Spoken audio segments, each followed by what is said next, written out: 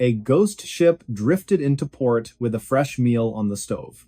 It was the winter of 1987 when the fishing trawler Marianne V slipped silently into the harbor of Gloucester, Massachusetts, just before dawn on a brittle February morning. No lights flickered from her deck, no voices called out, no radio signals preceded her arrival. She came like a shadow drifting through fog, her bow nudging gently against Pier 6 as if guided by unseen hands. The first to notice her was Elias Thorne, a weathered dockhand with 40 years of salt in his bones and frost still clinging to the brim of his wool cap. He'd arrived early to check lobster traps, steam rising from his coffee cup curling into the pale gray sky. When he saw the vessel listing slightly, paint peeling like old skin, name barely legible beneath grime, he froze. His breath caught, not from cold, but from instinct. Something was wrong. Deeply wrong. Before we begin, tell me where are you listening from and what time is it there? Elias approached slowly, boots crunching over frozen patches of seaweed and ice. The Marianne V had been reported missing 3 weeks prior, last seen off the Georges Bank during a sudden nor'easter that had swallowed 2 other boats whole. The Coast Guard had called off search efforts after 10 days, assuming all hands lost, and yet here she was, intact, afloat, and strangely, undisturbed. No signs of storm damage, no gaping holes in the hull, nothing overturned on deck, just silence. A thick, suffocating silence that pressed against Elias's ears like cotton. He called out once, twice, no answer. Then, steeling himself, he climbed aboard. The moment his boot touched the deck, he felt it a chill that wasn't from the wind.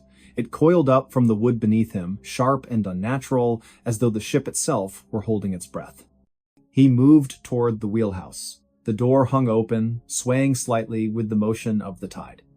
Inside, the radio crackled with static, a faint loop of Morse code repeating endlessly 3 dots, 3 dashes, 3 dots, SOS, over and over, though the power should have been dead. The logbook lay open on the chart table, the last entry dated February 3rd. Heavy fog. Currents erratic. Can't see land. Something in the water. The handwriting grew jagged, frantic, as if written under duress. Elias flipped back a few pages. Earlier entries spoke of routine hauls, calm seas, even jokes about Captain Rourke's terrible stew. But then, around January 28th, the tone shifted. Crew restless. Emery claims he saw lights beneath the surface, not bioluminescence, too steady, too deep. Emery Vale, third mate, quiet man from inland Maine who rarely spoke unless spoken to. He'd joined the crew only 2 months prior, replacing a man who'd quit mid-season, saying the boat felt haunted. Emery hadn't believed in ghosts, or so the others said. But his journal, found later tucked inside a duffel bag below decks, told a different story. Elias descended the narrow metal stairs into the galley, flashlight beam trembling in his grip, and there, on the cast iron stove, sat a pot, still warm. Steam curled lazily from its cracked lid, carrying the scent of onions, potatoes, and something meaty beef, maybe, or pork. A spoon rested against the rim, crusted with congealing gravy. Beside it, a chipped blue mug held tea, long gone cold, but unmistakably brewed that morning. Or the night before. Or whenever. Time didn't seem to matter here. He backed away, heart hammering. No one could have boarded without being seen. The harbor was monitored, no small craft had entered after midnight, and yet the meal was fresh. As if someone had stepped away just seconds ago. Then he heard it. A soft clink. From the mess hall, like a fork tapping a plate. He turned slowly. The door stood ajar. Darkness pooled beyond it. He pushed it open with the toe of his boot. Tables bolted to the floor. Benches intact. Nothing out of place.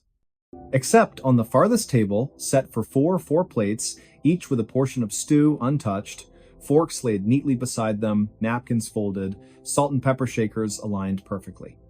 And at the head of the table, a 5th plate. Empty. But the chair was pulled out. As if someone had just risen.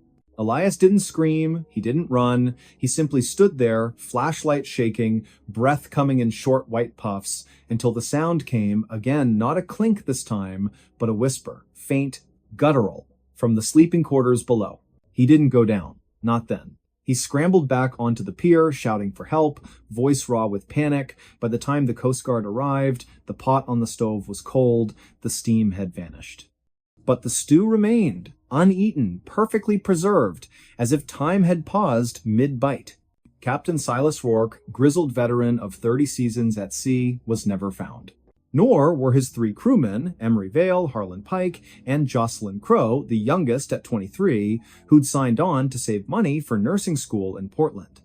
Their personal effects were still in their bunks. Photos of family, letters half-written, toothbrushes damp, but no bodies, no blood, no signs of struggle, just absence.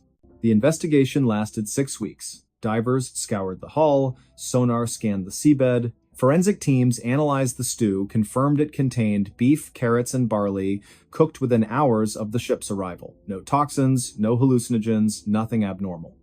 Yet every sailor who boarded the Marianne V afterward reported the same thing. The smell of cooking food, even when the stove was cold, the sensation of being watched from empty rooms, whispers in low, guttural tones, always just beyond hearing.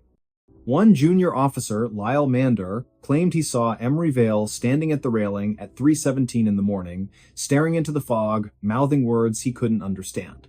When approached, the figure dissolved like mist.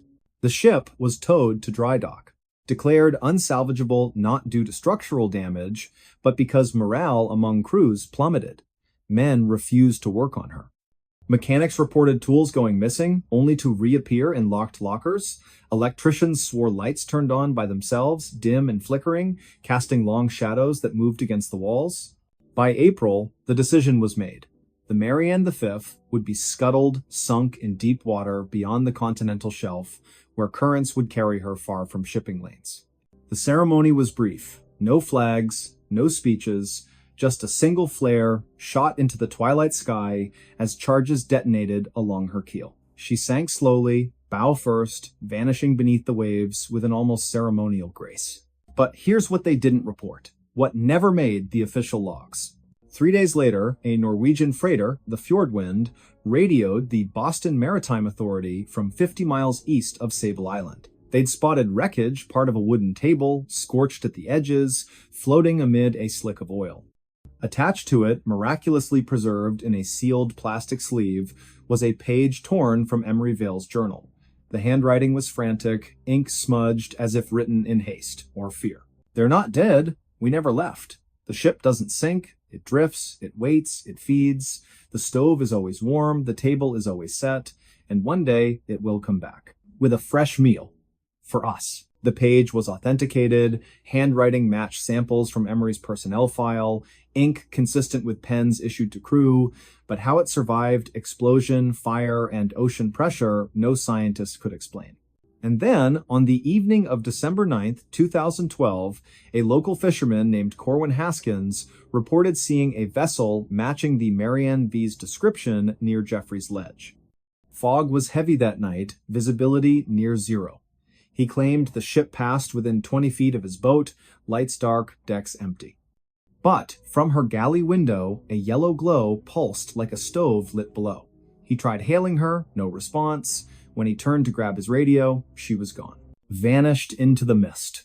No wreckage was found, no trace on radar. The Coast Guard dismissed it as a mirage, a trick of the light.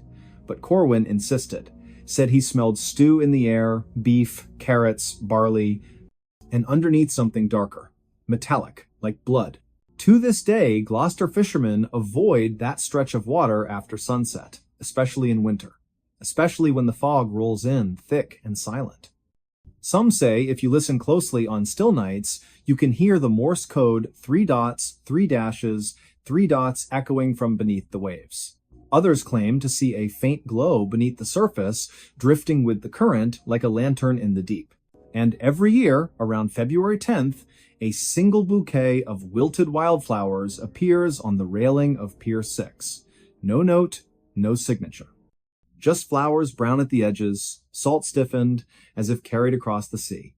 Left there, some say, by someone who never came home. But perhaps the most unsettling detail, the one that lingers in the mind long after the story ends, is this. When authorities finally cleaned out the galley before scuttling the ship, they found something odd in the cupboard. A can of stew. Store-bought, label faded, best before date, October 12th, 1986. Expired over a year earlier, yet the can was warm to the touch. And when opened, it was full. Steaming. Fresh. As if just heated. No one ate it. It was incinerated along with the rest. But sometimes, late at night, when the wind howls just right through the rigging of moored boats, people swear they can smell it. That rich, savory aroma. Onions, potatoes, meat slow-cooked for hours. And they wonder, who was it meant for? And more importantly, is the table still set? The sea keeps its secrets well, but every now and then, it returns them to drift into port, unannounced, uninvited, with a fresh meal on the stove and chairs waiting to be filled. So the next time you walk past an empty dock and the wind carries the faint scent of cooking food, ask yourself, was that the neighbor's dinner? Or something else? Something older? Something hungrier? Something that remembers your name and knows when you'll be home? This desert town exists to hide something. The night siren proves it. The sun had long since collapsed behind the jagged teeth of the Sierra Lamitas, painting the sky in bruised purples and fading oranges, when Elias Thorne first stepped onto the cracked asphalt of Drywater Junction. The air hung thick with dust and silence so deep it pressed against the eardrums like cotton soaked in oil. No crickets, no wind, not even the distant hum of a generator broke the stillness. Just the soft crunch of Elias's boots on gravel and the slow creak of a rusted sign above him that read, "Welcome to Drywater Population 17." That number, he would later learn, was not quite accurate and never had been. Before we begin, tell me, where are you listening from and what time is it there? It was late September in the year 1997 when Elias arrived, a geologist contracted by the Bureau of Land Management to assess subsurface erosion patterns near the Mojave Fringe. He wasn't supposed to stay longer than 3 days. But Drywater had other plans. The town clung to the edge of the desert like a scab, refusing to heal wooden shacks leaning at odd angles, their windows boarded or shattered, paint peeled into ghostly curls. A single gas station stood open, its fluorescent light flickering like a dying heartbeat. Behind the counter sat a man named Orrin Vexley, gaunt as a scarecrow, eyes milky with cataracts that didn't quite hide the sharpness beneath. He handed Elias a room key without asking for ID, without smiling, and said only, "Don't go out after sundown, especially if you hear the siren." "I think the same." Elias laughed, then nervously, more out of discomfort than disbelief. "Siren? Like an air raid?" Orrin didn't blink, like nothing you've heard, and once you do, it stays with you, in your bones. That night, Elias lay on a lumpy cot in room 4 of the Dustvale Motel, the ceiling fan turning with a lazy metallic groan. Outside, the moon hung low and yellow, casting long shadows that seemed too tall, too thin to belong to any natural object. He'd just closed his eyes when it came a sound so unnatural it froze the breath in his lungs. It began faintly, like whine through a canyon, but quickly swelled into a high-pitched wail, melodic yet dissonant, rising and falling in intervals that defied human tuning. It wasn't electronic. It wasn't animal. It carried weight, like something ancient being dragged across stone. The siren pulsed through the walls, vibrating the glass in the window, making the metal bedframe hum. And beneath it, almost imperceptible, were voices whispering, overlapping, speaking in no language Elias recognized, yet somehow understood in flashes. "They watch from below," one seemed to say. The hollow ones, remember. He bolted upright, heart hammering, sweat slick on his neck. He reached for the lamp, knocking over a glass of water. The siren stopped instantly. Silence crashed back like a slammed door. No birds, no footsteps, nothing. He waited nearly an hour before daring to peer outside. The street was empty, but in the dirt beside the motel's foundation, something caught his eye: footprints. Small, barefoot, too narrow to be human. They led from the edge of the lot toward the dry riverbed, vanishing where the sand turned black and glassy, as if scorched by fire. The next morning, Elias tried to ask about the siren at the diner, the Rust Spoon, a dim place with cracked vinyl booths and coffee that tasted like burnt rubber. A woman named Merelda Cray sat nursing a cup, Her hair pulled back so tightly it made her cheekbones look like knife edges. She looked up when Elias mentioned the sound. "You heard it," she said flatly, not a question. "I did. What is it? Some kind of test? Military?" Merelda set her spoon down with a click. "The siren calls them, brings them closer. We used to have a curfew during the war, World War II, 1943, when the army came through.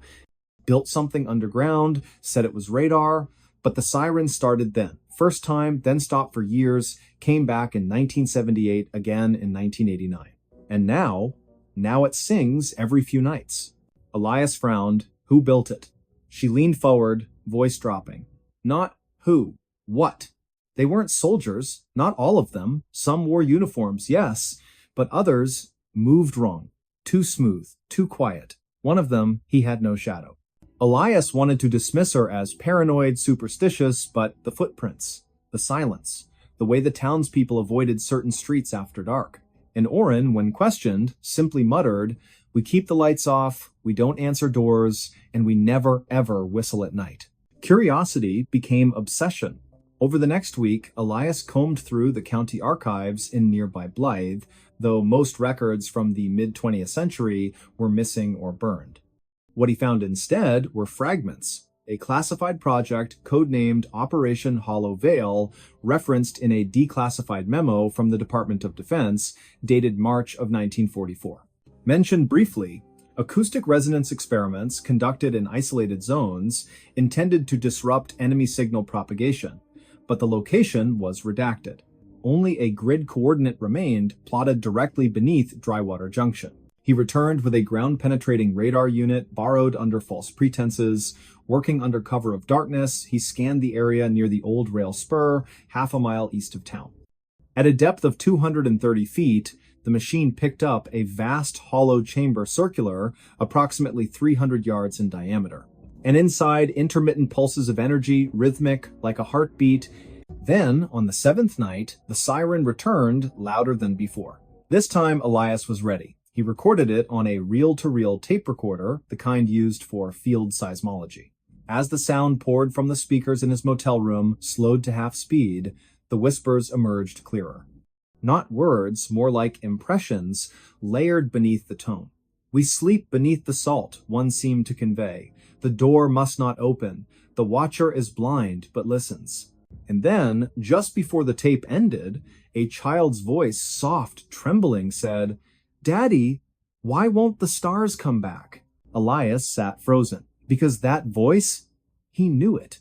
His own daughter, Lyra, had spoken those exact words the night before she died in a car accident 2 years prior, words never recorded, never shared with anyone. How could a desert town in California know that? He confronted Oren the next day, waving the tape. "What is this place? What are you hiding?" Oren stared at the device, then slowly reached under the counter. He placed a small object on the glass, a rusted metal disc, etched with symbols that looked neither human nor machine-made. Angular. Flowing. Alive. "This was found in the shaft," Oren said. 1951. By a miner named Heston Pike. He went mad within a week. Spent his last days scratching equations on his cell walls. Said the siren wasn't a warning, it was a lullaby, meant to keep something asleep. Elias's hands trembled. Asleep? Oren nodded. Underground. Beneath the old test site. The government thought they were building a bunker, but they weren't digging down, they were uncovering something that was already there. Long before us. Long before anything. And the siren? Elias whispered. It sings to it, calms it. When the power fails, or when someone like you pokes too hard, the song fades, and it stirs. That night, the electricity cut out across Drywater. No explanation, no surge, just darkness. Elias stood at his window, watching. Every house was dark, except one. A small cottage at the edge of town, its porch light blinking in a pattern. 3 short, 3 long, 3 short. Morse code? SOS. But no one went to help. Instead, doors locked, windows shuttered, and from somewhere far below, a deep subsonic rumble began, felt more than heard, like the earth itself grinding its teeth. Then, faint at first, the siren rose again, this time not from the town, but from beneath it. And this time, it wasn't singing to keep something asleep. It was screaming because it had woken up. Elias grabbed his gear and ran for his truck. But as he turned the key, the engine wouldn't catch. Again. Again. Nothing. He looked up and froze. Standing in the middle of the road, silhouetted by the pale moon, was a figure. Tall, thin, limbs too long, moving with a jerking grace, like a puppet tested by invisible strings. Its head tilted slowly, unnaturally, until it faced him. No face, just smooth skin stretched tight. And from its chest, where a heart should be the siren's melody, pulsed outward, vibrating the air, distorting the light. Elias stumbled back, falling against the truck. He fumbled for the tape recorder, pressed play. His daughter's voice echoed into the night. "Daddy, why won't the stars come back?" The figure paused. Then, in a voice that was not a voice, more like dozens of whispers threaded through metal, it replied, "Because we ate them." Elias didn't scream. He couldn't. His throat sealed shut, his lungs locked. The thing stepped forward, each movement accompanied by a soft chime, like glass bells underwater. But then, faint at first, a new sound joined the chorus. From the gas station, Orrin had climbed onto the roof. In his hands, a battered horn, an old railroad signal, rusted and dented. He blew into it with all his strength. A deep, mournful note rolled across the desert. The figure stopped, turned. Another blast, and another. From other houses, lights flickered on, not electric oil lamps, candles. People emerged, carrying instruments, tin whistles, hand drums, a warped violin.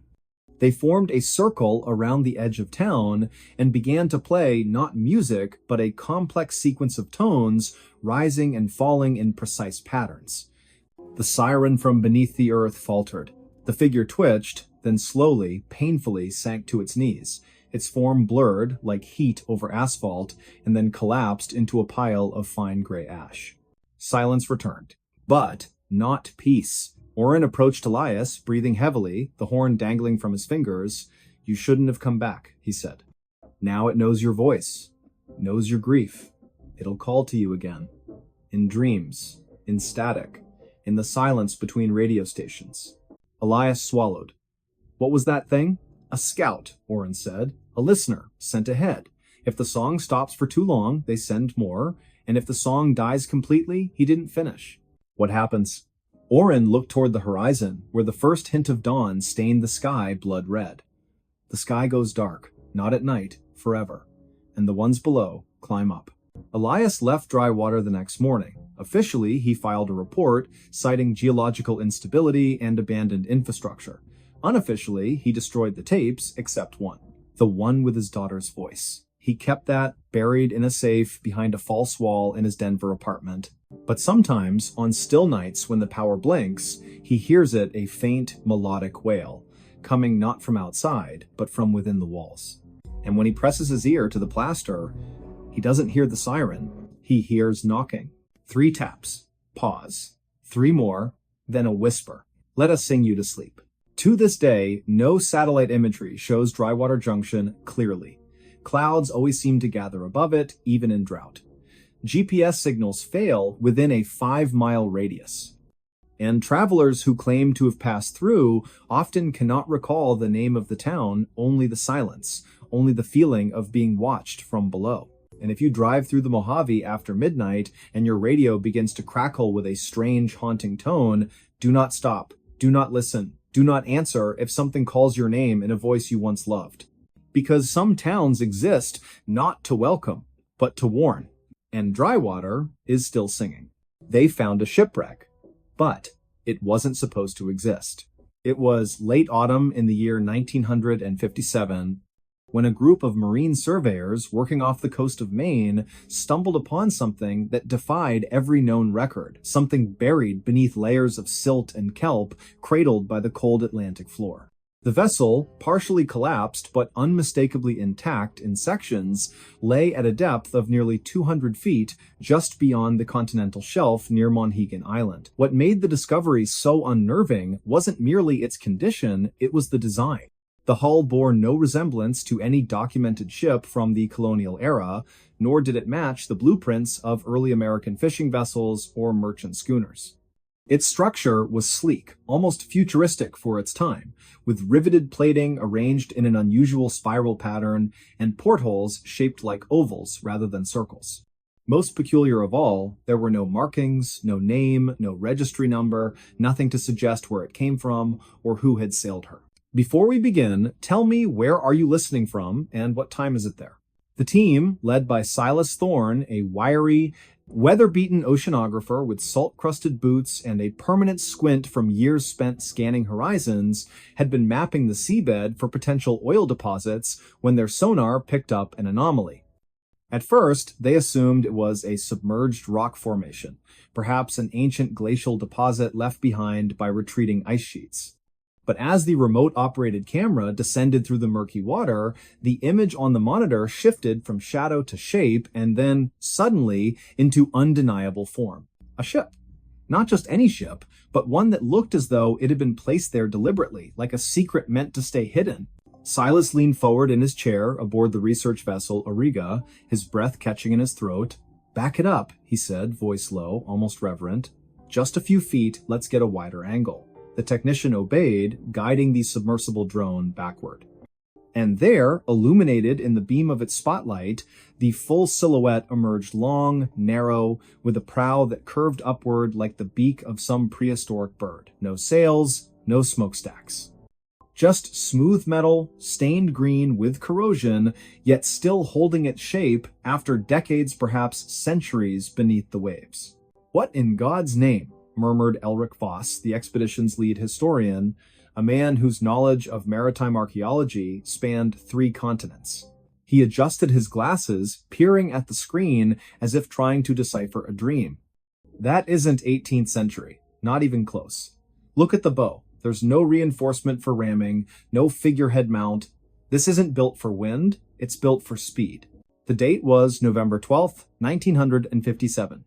The sky above the Auriga was overcast, heavy with the promise of winter storms. Waves slapped against the hull with a steady rhythm, and the air smelled of brine and diesel. Inside the cramped control cabin, tension hummed like a live wire. Every eye was fixed on the monitor, every breath seemed too loud. They sent the drone closer. The camera swept across the deck, or what remained of it. Hatches were sealed shut, fused by time and pressure. One side of the ship had caved inward, likely from implosion or collision, but the other remained surprisingly intact. Then, as the light passed over a recessed panel near the stern, something glinted. Not metal, glass, crystal. The technician zoomed in. Embedded in the hull was a circular window, thick, convex, and darkened with age, but behind it, faintly, something shimmered. A reflection. Or perhaps movement? "No," Elric whispered. "That's impossible. Could be sediment shifting," someone offered, though their voice wavered. Silas didn't respond. He stared, unblinking. Because for a fraction of a second, less than a heartbeat, he thought he saw a shape pass behind the glass. A silhouette. Human? Not quite. Too tall. Too still. They pulled the drone back immediately. Protocol demanded caution. Unknown wrecks could be unstable, even dangerous. But curiosity, once ignited, is not easily quenched. That night, aboard the Auriga, the crew gathered in the mess hall, steaming mugs in hand, voices hushed, logs were reviewed, charts studied. No vessel matching the description had ever been reported missing in those waters, no distress calls, no sightings, nothing. And yet, there it was. Over the next 3 days, they launched 2 more dives. Each time, the images grew clearer. Inside the ship, via a breached section near the midship, the camera revealed corridors narrow, sloping downward at a slight incline, lined with smooth walls that looked almost molded, not welded. There were no ladders, no handrails. Instead, shallow grooves ran along the floor, as if designed for bare feet or something else entirely. Instruments mounted on the walls resembled dials, but their markings were alien circles within triangles, symbols that bore no relation to any known language. One device, partially intact, emitted a faint hum when the drone's light touched it, a vibration so low it was felt more than heard, resonating through the submersible's frame. Elric spent hours comparing the findings to classified naval projects, Cold War prototypes, even rumored Soviet stealth crafts. Nothing fit. The materials alone, alloys later identified as a titanium-zirconium composite, were not in use until the 1980s. How had such a ship ended up at the bottom of the Atlantic in what appeared to be a state of preservation far exceeding its age? Then came the photograph. On the fourth dive, the drone captured an image inside what might have been a control room. In the center stood a pedestal topped with a translucent sphere, cracked but still glowing with a soft internal light blue, pulsing faintly like a slow heartbeat. Around it, 6 seats were arranged in a semicircle, each molded to the shape of a body, but not a human body. The limbs were elongated, the spine curved unnaturally, the headrests were too large, too high. Silas refused to believe it. It's erosion, he insisted. Water distortion, trick of the light. But Elric knew better. He had seen cave paintings in France that depicted beings with stars for eyes. He had read declassified documents about Project Sign, about pilots who spoke of disc-shaped objects over New Mexico in 1947. This was different. This was physical, tangible, buried, yes, but waiting. The decision was made to bring up a sample.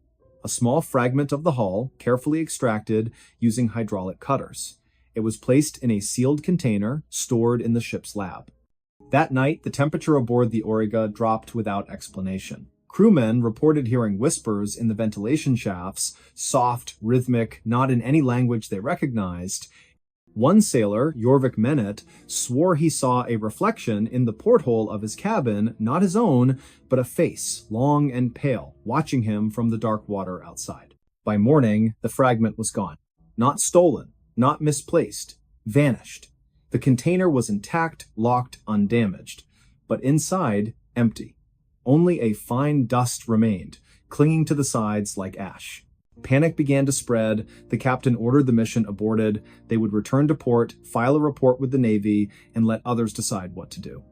But as the Auriga turned east toward Rockland Harbor, the sonar pinged again, this time not from below, but from behind. Something was rising from the wreck, slowly, deliberately. Silas rushed to the deck. The sea was calm, the sky breaking into pale streaks of dawn. But beneath the surface, a disturbance formed a column of bubbles, spiraling upward like a vortex.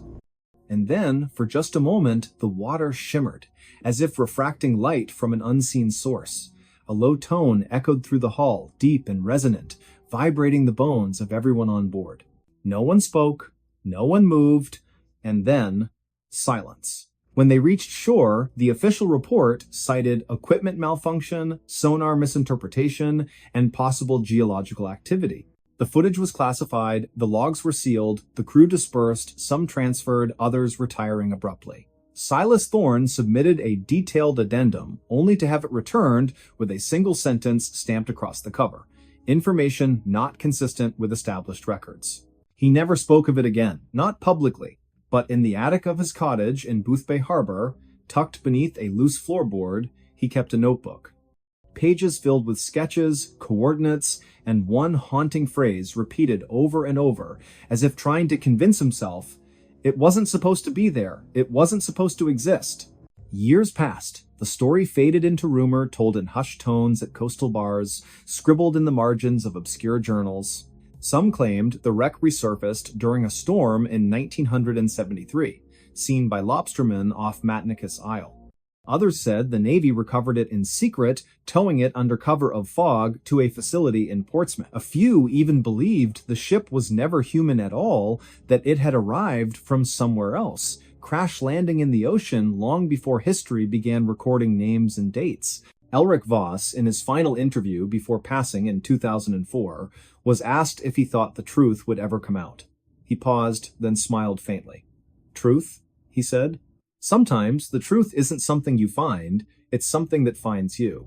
And perhaps, somewhere beneath the cold rolling waves off the coast of Maine, it's still waiting. The sea keeps its secrets well. But not forever. Because even now, on quiet nights when the wind dies down and the stars hang low over the water, fishermen swear they hear it, a faint pulse rising from the deep, a rhythm, a signal. as if something down there is waking up. The urban legend that locals swear is real and won't talk about at night. In the hollowed hills of northern West Virginia, where the trees grow thick and the valleys swallow sound like secrets never meant to be spoken, there's a stretch of road locals avoid after sundown. Not because it's dangerous in the usual way, no sharp curves, no history of accidents, but because something walks there, something that doesn't belong.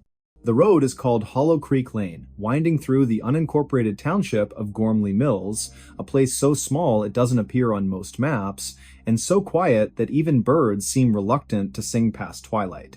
Before we begin, tell me, where are you listening from and what time is it there? It was late autumn in the year 1987 when the first official report came in, not to the sheriff's office, but whispered between neighbors over cracked porcelain cups of black coffee. A woman by the name of Thalia Mercer, who lived alone in a weather-worn clapboard house just off Hollow Creek Lane, claimed she saw a figure standing at the edge of her cornfield one evening. She said it wasn't tall, not exactly, but wrung its limbs too long, its head tilted at an angle that made her stomach twist. It didn't move, didn't blink. Just stood there, facing her porch, as if waiting for an invitation she had no intention of giving. Thalia was known in Gormley Mills as a practical woman church every Sunday, grew her own vegetables, kept a loaded 38 inches her nightstand since her husband passed in '69. So when she called Sheriff Harlan Voss 3 nights later, voice trembling like a plucked wire, he listened. He arrived with his flashlight cutting through the fog, boots crunching on frost-laced gravel. The house was dark except for a single lamp glowing behind the kitchen curtain. Thalia met him at the door, wrapped in a faded quilt, eyes wide and bloodshot. "It's back," she whispered. "Same spot, in the field." They walked together toward the edge of the property, the beam of the flashlight slicing through the mist. Nothing moved, no footprints in the damp soil, no snapped branches or disturbed earth. Just silence, thick and heavy, like wool pressed against the ears. Then, from somewhere deep in the corn rows, a sound. A low, wet clicking, like stones being rolled in oil. Sheriff Voss aimed the light, the stalk swayed slightly, though there was no wind, and then nothing. The sound stopped. The air stilled. They stood there for nearly 10 minutes, neither speaking, both feeling watched. Sheriff Voss told Thalia to stay indoors, lock the doors, and call him if anything changed. He drove away slowly, scanning the rearview mirror until the house disappeared behind the trees. He filed a report the next morning, possible hallucination due to stress or sleep deprivation, but privately he marked a note in his personal ledger, Hollow Creek, November 3rd, Thalia Mercer. Heard something, felt something, can't explain. That winter was harsh, long stretches of snow, power outages, roads blocked for days. But people in Gormley Mills noticed other things too. Dogs refused to go into backyards after dark. Chickens vanished without signs of struggle. And on still nights, when the moon hung low and yellow, some swore they heard voices calling from the woods, voices that didn't sound human. Children were kept inside after 6, porch lights stayed on all night. Conversations about Hollow Creek Lane ended quickly, often with a shake of the head and a muttered phrase, "Best not talk about it." Then, in early spring of 1988, a teenager named Corwin Bellwether went missing. He was 16, lanky, with a stutter he'd been trying to overcome since childhood. Corwin liked to walk at night, said it helped him think. His mother, Elspeth, would beg him not to go down Hollow Creek Lane, but he always shrugged and said, "Nothing out there but trees and dirt." On the night of March 14th, he left after dinner with a notebook in his pocket, claiming he was writing poetry for school. He never came back. Search parties combed the woods for weeks. Bloodhounds picked up his scent near the creek bed, then lost it abruptly, as if he'd stepped off the face of the earth. A week later, his boots were found placed neatly side by side at the base of an old sycamore, roots tangled like knuckles. No body, no blood, no explanation. The official cause of disappearance? Presumed runaway. But in Gormley Mills, folks knew better. They looked at each other in church pews, eyes shadowed, lips tight. They didn't say much. But they stopped walking that road entirely. Years passed, the story faded mostly. New families moved into the valley, drawn by cheap land and quiet living. They laughed at the old tales. Ghosts, they'd say. Come on. But then, little things started happening. Lights flickering in empty rooms, cold spots in hallways. One woman, Miriam Huxley, claimed she saw a figure in her bathroom mirror one night, a man with sunken eyes and a mouth sewn shut with black thread. She screamed, turned on the light, and it was gone. The next morning, she found a single muddy footprint on the linoleum leading from the bathtub to the door, but the windows were locked. The house had no basement access. In 2005, a documentary crew from Pittsburgh arrived, determined to debunk the myth. They set up cameras along Hollow Creek Lane, motion sensors, audio recorders. For 2 nights, nothing. On the third, at precisely 2:13 in the morning, every device failed simultaneously. The footage showed only static, but audio captured a whisper, faint at first, then clearer. You're not supposed to see. When the lead technician reviewed the files, he noticed something else. In the background, beneath the static, a rhythmic tapping 3 slow knocks, pause, then 2 quick ones, like a code or a warning. He played it for an elderly resident named Otis Grindle, who'd lived in Gormley Mills his entire life. Otis listened once, turned pale, and said, "That's how they used to signal before the mine collapsed in '49. Only the men trapped underground knew that pattern." He refused to speak another word on the subject. By 2012, Hollow Creek Lane was officially closed. The county put up a rusted gate, chained and padlocked, with a sign that read, "Road closed, no trespassing." But kids still dared each other to go. Teens from nearby towns would drive up on weekends, flashlights in hand, laughing nervously as they approached the gate. Most turned back before reaching the tree line. But a few went further. One such group, in October of 2017, included a boy named Jory Linthwaite. He was 17, curious, raised on horror films and internet creepypastas. He didn't believe in ghosts, he believed in adrenaline. That night, he and 3 friends cut the chain with bolt cutters and slipped through. They brought cameras, a Ouija board, even a EVP recorder. They set up camp near the old sycamore where Corwin's boots were found. At first, it was jokes. Flashlight beams dancing through the trees, mocking whispers. Then, around 1 o'clock, the temperature dropped sharply. Breath came out in thick clouds. Their phones died, one by one. Then the recorder picked up a voice, clear, childlike, but distorted. "Don't look behind you." All 4 spun around. Nothing there. But when they turned back, the Ouija board planchette had moved on its own, spelling "Leave now." They packed up fast. As they ran toward the gate, Jory tripped. His friends thought he'd caught his foot on a root, but when they stopped and turned, Jory wasn't getting up. He was staring into the trees, mouth open, eyes wide with terror. "It's watching," he whispered. "It's smiling." They pulled him up, half dragging him the rest of the way. The chain was intact again, no sign it had ever been cut. Jory didn't speak for 3 days. When he finally did, he described a face pale, stretched, with too many teeth. He said it stood between the trees, perfectly still, just smiling. And then, in a voice not his own, he said, "It knows my name." After that, the county welded the gate shut, installed surveillance cameras. Within a week, all 4 cameras malfunctioned. Footage showed nothing but snow, even though the night was clear. And in the corner of one frame, barely visible, a shadow tall, thin, with fingers too long to be real, reached slowly toward the lens. To this day, residents of Gormley Mills won't go near Hollow Creek Lane after dark. If you ask them why, they'll change the subject, or give you a look one that says, "You don't want to know." But if you visit in late autumn, when the leaves turn brittle and the wind carries the scent of damp earth and decay, stand at the edge of that road at dusk. Listen, really listen. You might hear the faintest echo of footsteps, slow, deliberate, coming from nowhere and everywhere at once. You might feel the air thicken, your breath shorten, your skin prickle as if unseen eyes have settled on you. And if you're foolish enough to step past the gate, to walk just a few yards down that cracked asphalt path, you may notice something worse. The silence isn't empty. It's waiting. And sometimes, on the coldest nights, when the moon hides behind clouds and the world holds its breath, you can hear it breathe back. They say it mimics voices, calls out names in familiar tones, your mother's lullaby, your best friend's laugh, just to lure you deeper. But those who've heard it warn, don't answer, don't turn. Don't even think about looking back.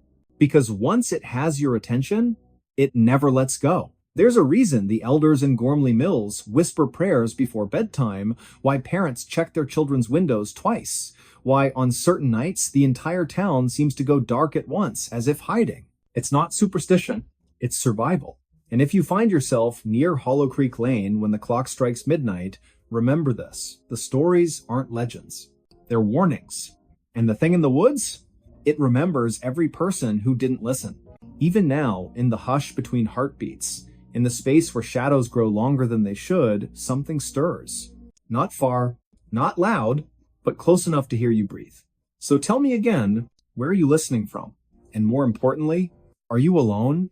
Missing 411, vanished in broad daylight 20 feet from family. On a crisp October afternoon in the year 1997, beneath a sky of pale blue streaked with wisps of cloud like torn lace, the small town of Pine Hollow, nestled in the rugged folds of northern Idaho, seemed untouched by urgency or fear. The air carried the faint scent of pine resin and damp earth, remnants of an early morning frost that had melted under the sun's gentle gaze. Children played near the edge of the woods behind their homes, their laughter echoing across open fields where goldenrod swayed in the breeze. It was one of those rare autumn days when time felt suspended, when even the wind seemed to hold its breath. Before we begin, tell me, where are you listening from and what time is it there? At precisely 3:28 in the afternoon on the 14th day of October, 1997, Elias Thornwood, a quiet boy of 9 years old, with eyes the color of storm clouds and hair so dark it almost swallowed the light, vanished without a sound. He wasn't taken from a dark alley, nor snatched during a thunderstorm, nor lured into the shadows by a stranger with hollow promises. No, he disappeared in broad daylight, just 20 feet from where his family stood, gathered in their backyard for a simple Sunday gathering. The Thornwoods lived in a modest 2-story cedar house at the end of Hemlock Lane, a gravel road fringed by towering pines and thick underbrush. Their property backed onto the dense expanse of the Bitterroot National Forest, where deer trails wound through ferns and fallen logs, and silence often pressed against the ears like cotton. That day, Elias's grandmother, Margaret, had come down from Missoula to visit. His father, Harlan, a mechanic with calloused hands and a voice like gravel rolling in a tin can, was grilling bratwurst over a charcoal fire.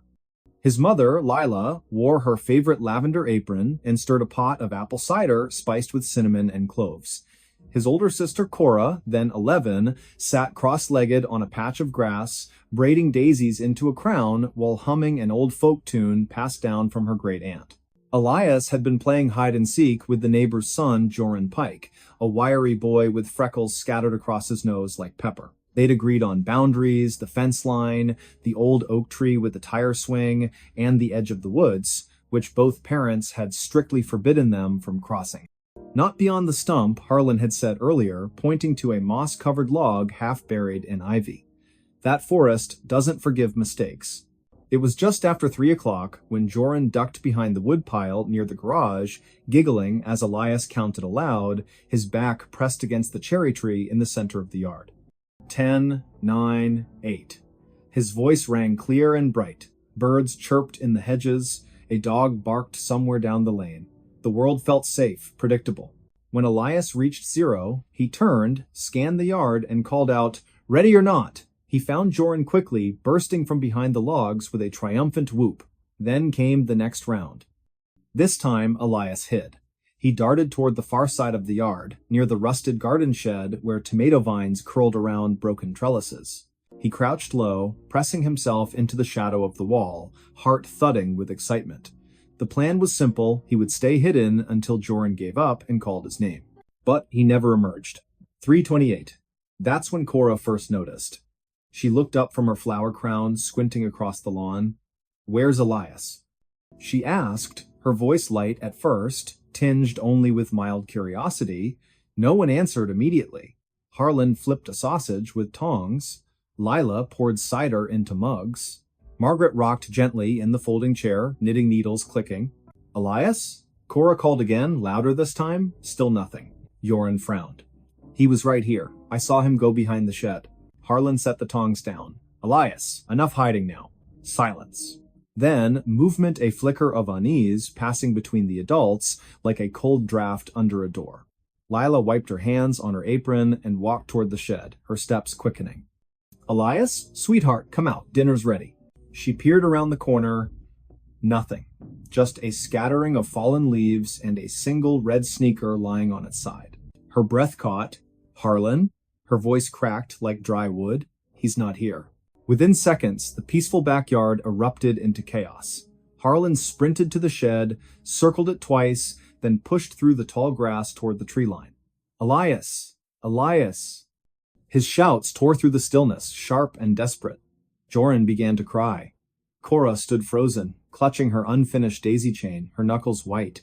Margaret rose slowly, her knitting falling to the ground. He wouldn't go into the woods, she whispered. He knows better. But the truth was undeniable. The boundary line marked by the old stump had been crossed. A trail of crushed ferns and disturbed soil led directly into the trees. And then, abruptly, the trail ended, as if the earth itself had swallowed him whole. Neighbors arrived within minutes. Sheriff Dale Mercer, a man with salt and pepper hair and a slow, deliberate way of speaking, arrived with 2 deputies and a German shepherd named Rex. Search teams fanned out through the forest, calling Elias's name, their flashlights cutting beams through the thinning light. Volunteers joined in local hunters, school teachers, even the postman, Mr. Havelock, who had delivered mail on Hemlock Lane for 32 years.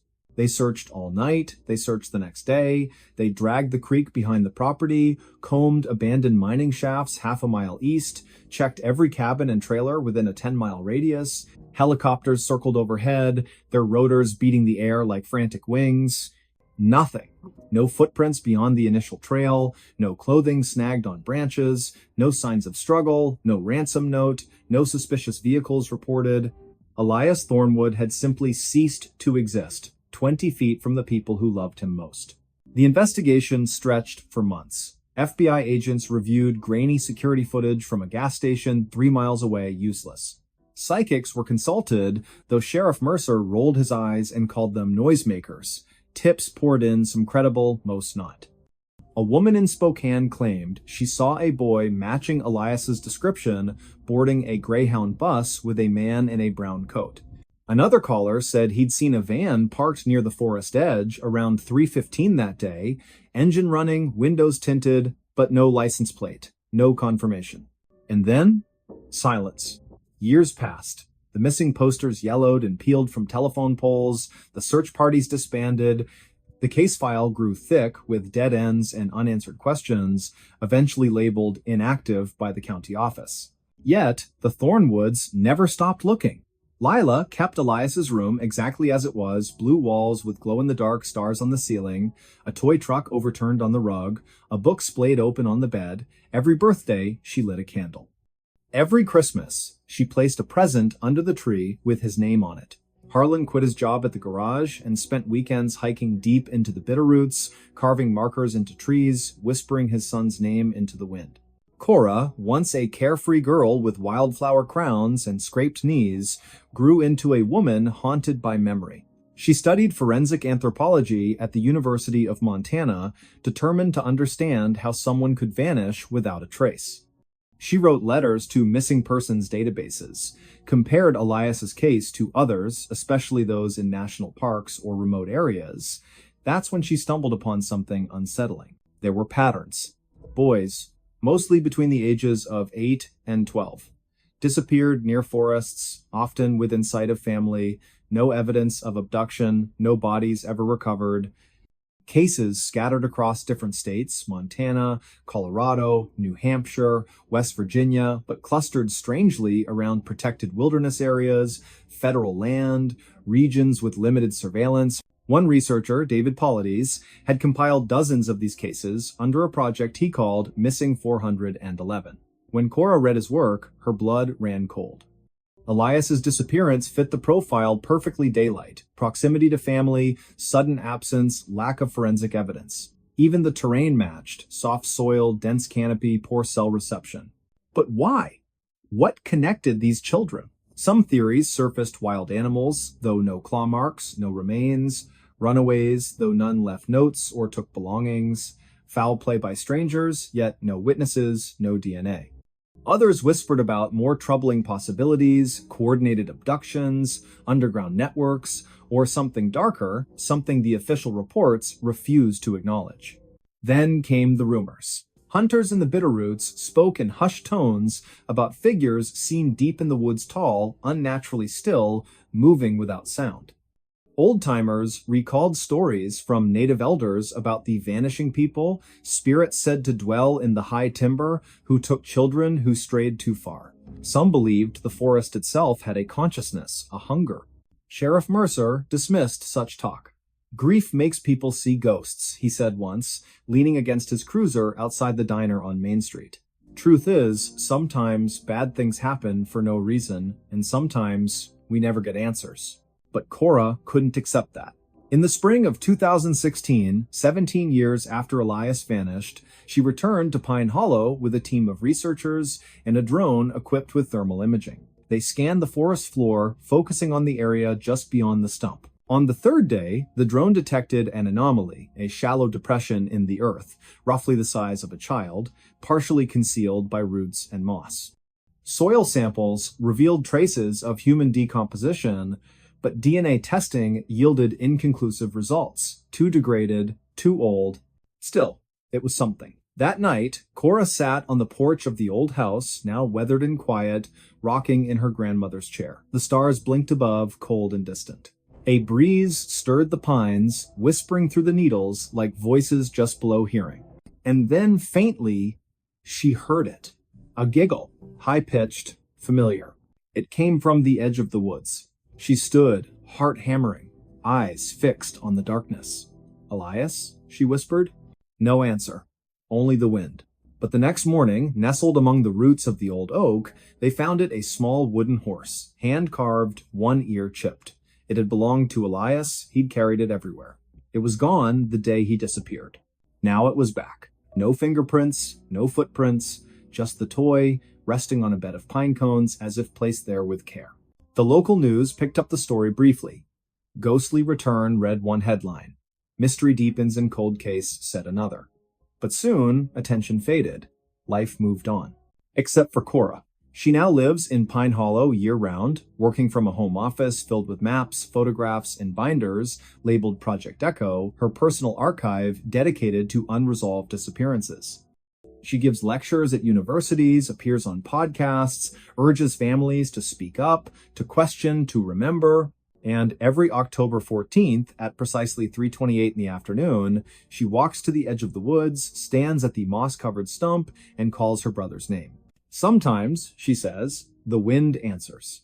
Other times, the silence is unbearable. But she continues, because as long as one person remembers, Elias Thornwood is not truly gone. And perhaps, just perhaps, he is waiting. Waiting for someone to finally listen. To finally look not just outward into the trees, but inward into the spaces between memory and myth, where truth sometimes hides in plain sight. Like a child behind a garden shed, smiling, counting down until someone finds him, or until the forest takes another. He robbed banks without saying a word. The note was for police only. In the quiet hours of a late autumn morning, when frost still clung to the sidewalks of suburban Cleveland and the sun had barely risen above the steel-gray rooftops, a man walked into the Huntington National Bank on East 93rd Street with nothing but a folded piece of paper in his hand. It was the year 2013, November the 12th, just past 9 o'clock, and the air inside the bank was warm too, warm-filled with the soft hum of fluorescent lights and the faint scent of coffee from the lobby dispenser. He wore a navy blue windbreaker, unzipped, over a plain gray hoodie, jeans that had seen too many washes, and scuffed work boots. Nothing about him stood out, not his height, not his build, not even the way he moved. Calm, deliberate, silent. Before we begin, tell me, where are you listening from, and what time is it there? He approached the second teller window where a woman named Marjorie, her name tag slightly crooked, was counting change into a tray. She looked up, smiled politely, and said, "Good morning. How can I help you?" He didn't return the smile, didn't speak. Instead, he slid the folded note across the counter. Marjorie picked it up, unfolded it slowly, her eyes scanning the neatly printed words. "This is a robbery. Put $10,000 in this bag. No die packs, no marked bills. I am armed. Do not alert police. This note is for you only. After I leave, call them." Beneath it, a small brown paper sack lay flat, like something from a grocery run.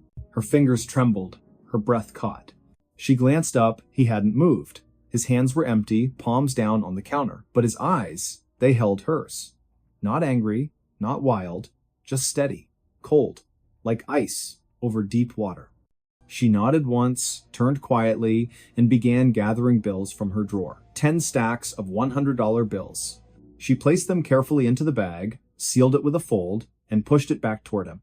He took it, slid it under his jacket. Then, without a word, he turned and walked out the front door, disappearing into the pale morning light. No alarm, no shouting, no panic at first. It wasn't until 2 minutes later, when Marjorie finally pressed the silent button beneath her desk, that the chaos began. Police arrived within 4 minutes, officers Reyes and Holloway from the 5th District rolling up in a marked cruiser, lights flashing, but sirens off. By then, the man was gone, vanished. Surveillance footage showed him exiting the bank, adjusting his hood, turning left onto Euclid Avenue, walking at a normal pace, no running, no urgency, before cutting through an alley behind a shuttered laundromat. The camera lost him there. But the note? The note remained, and it would become the thread that unraveled one of the most peculiar bank robbery sprees in modern American history. His name was Thaddeus Vale. Born in 1987 in Youngstown, Ohio, a rusted city where factories once roared but now stood silent, skeletons of steel and brick overtaken by weeds and time, Thaddeus was the son of a mechanic and a school cafeteria worker, raised in a modest bungalow on Glenwood Drive, where the paint peeled in summer and the furnace rattled all winter. He was bright, top of his class at Rayen High, fluent in algebra and physics, could take apart a carburetor and rebuild it blindfolded, but life had a way of bending people in ways they couldn't predict. After high school, he enrolled at Kent State University on a partial scholarship, studying mechanical engineering. But halfway through his sophomore year, his mother fell ill, pancreatic cancer, aggressive and swift. The medical bills piled up, insurance didn't cover everything. Thaddeus dropped out to care for her, working double shifts at a warehouse in Akron, hauling boxes from midnight to dawn. She passed in the spring of 2010, and when she did, something in him cracked. Not loudly, not dramatically, but deeply. He drifted after that, lived in motels with weekly rates, took odd jobs, janitorial work, tree trimming, snow plowing, never stayed in one place longer than a few months. He avoided people, spoke little, read constantly philosophy, criminology, old detective novels, and somewhere in those pages, in the quiet solitude of motel rooms lit by flickering lamps, an idea formed. If banks were machines, then perhaps they could be manipulated like any other mechanism. Clean, precise, no violence, no hostages, just a message, a demand, a transaction. And so, in the fall of 2013, Thaddeus Vale began his campaign. The Huntington robbery was the first, but not the last. 3 days later, on November the 15th, another note appeared, this time at a PNC branch in Parma, Ohio. Same handwriting, same calm, chillin' tone, $10,000. In cash. No tricks. I will not harm anyone, but I am armed. Leave the money in the bag, walk away, call police when I'm gone. Again, no words spoken. Again, the teller complied. Again, he vanished. Then, on November the 18th, a third bank, Fifth Third, this time in Medina, same method, same silence, same result. By now, local news had caught wind. Headlines screamed, "Silent Bandit strikes again." Police released grainy stills from security footage back of headshots, blurred faces, a man in a hoodie moving like a shadow between buildings. Task forces were assembled. Detectives pored over maps, timelines, witness statements, but Thaddeus was careful, meticulous. He never used the same route twice, always entered during shift changes, when attention wavered, always chose branches with minimal security presence, and always left the note as his only voice. What made him different wasn't just the silence, it was the precision, the lack of greed. 10,000 each time, never more, never less. No demands for 20s or 50s, always hundreds.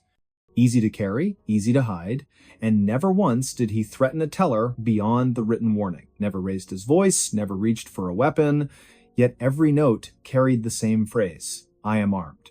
Was he? Police couldn't say for sure. No gun was ever seen, no bulge in his jacket captured on camera, but the words alone were enough. Fear doesn't need a barrel to be real.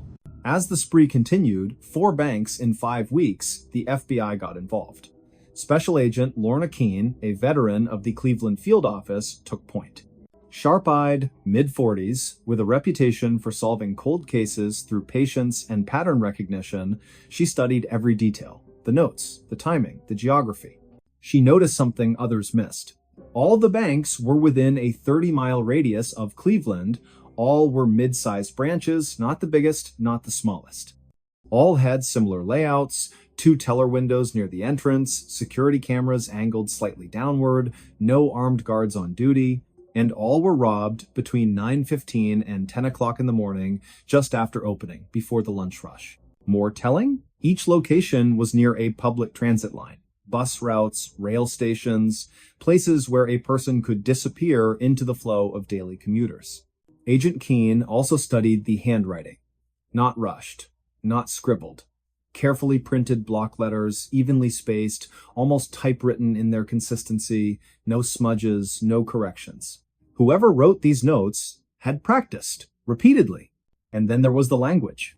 I will not harm anyone. That phrase appeared in 3 of the 5 notes. Not typical for a robber. Most threats are vague, aggressive, designed to intimidate. But this sounded almost apologetic, defensive, as if he needed to justify his actions even to himself. Keene leaned back in her chair one evening, the glow of her computer screen casting long shadows across her office. Outside, rain tapped against the window. She stared at the timeline pinned to the wall, 5 red dots marking the banks, connected by thin black lines showing possible escape routes. He's not a criminal, she murmured. He's a machine. Her partner, Agent Darnell, looked up from his coffee. What? This isn't random, it's procedural, every move calculated, every word chosen. He's not trying to get rich, he's trying to prove something. Prove what? Keene didn't answer. Not yet. Meanwhile, Thaddeus had moved on. By December the 3rd, he struck again, this time in Elyria, a quiet city west of Cleveland. Another bank, another note, another 10,000. But this time, something changed. The teller, a young man named Calvin, hesitated. He read the note, looked up, saw Thaddeus standing there, motionless. Something in his eyes, maybe the exhaustion, maybe the sorrow, made Calvin pause. Instead of reaching for the money, he wrote a note of his own on a scrap of paper. Are you okay? He slid it across the counter. Thaddeus blinked. For the first time in weeks, his expression shifted. Just slightly. A flicker. Confusion. Surprise. He looked at the words, then back at Calvin. Then, slowly, he reached into his pocket, not for a weapon, but for a pen. He wrote beneath Calvin's question. I have to do this. Please, just give me the money. Calvin nodded, fetched the cash, handed it over. And Thaddeus left. But that exchange haunted him. That night, in a dimly lit motel room on Oberlin Road, he sat on the edge of the bed, the stolen money stacked neatly on the dresser. He hadn't spent $1, not one. The bags remained sealed. He hadn't bought food, clothes, shelter, nothing. He opened a notebook, thick, leather-bound, filled with equations, diagrams, lists. On the latest page, he had written, Objective, $60,000. Purpose, clear debt, restore dignity, end cycle. 60,000. That was the number. The sum of his mother's unpaid medical bills. The balance that had ruined his credit, barred him from loans, kept him from rebuilding. 60,000, and he was halfway there. But now, Calvin's question echoed in his mind. Are you okay? No, he wasn't. He hadn't slept through the night in months. Dreams of his mother calling his name from a dark hallway, waking up, sweating, heart pounding. The weight of the lie, the fiction he'd created, pressed on his chest like a stone. He wasn't a monster, but he wasn't innocent either. On December the 9th, he entered a key bank in Lorraine. Same routine, same note, same silence. But as he waited for the teller to gather the money, he noticed something different. A photo on her desk. A little girl, maybe 6 years old, smiling in a yellow dress. Beside it, a small Christmas ornament, handmade, glued-on glitter, crooked star on top. His throat tightened. For the first time, he looked around. Really looked. The bank wasn't just a machine, it was full of people. A man in a suit tapping his foot, waiting to deposit a paycheck. An elderly woman struggling with her purse. A janitor mopping the far corner, humming softly. These weren't cogs, they were lives. And he was disrupting them. When the teller handed him the bag, he didn't take it immediately. He stared at it. Then at her. Her name tag read Nadia. She gave a small, nervous nod. He whispered so low, only she could hear, "I'm sorry." Then he turned and walked out. But not far. He didn't go to the alley. Didn't vanish. Instead, he sat on a bench outside a gas station half a block away, the bag at his feet, his head in his hands. 20 minutes later, Officer Reyes, same officer from the first robbery, pulled up, responding to a call about a suspicious person. He recognized the description. Hoodie, windbreaker, sitting still. He approached slowly, hand near his sidearm. "Sir, you all right?" Thaddeus didn't look up. "I robbed 5 banks," he said, voice hollow. "The money's in the bag. I didn't spend it. I want to turn myself in." Reyes froze. "You what?" "I have the notes. Everything. I'll cooperate. Just don't shoot me." And just like that, it was over. Back at the station, Thaddeus was processed quietly. No cuffs at first, no shouting. When Agent Keene entered the interrogation room, she studied him for a long moment. "You're not what I expected," she said. He looked up. "I'm not who I thought I was either." She Saturday. "Why? Why do this?" He exhaled.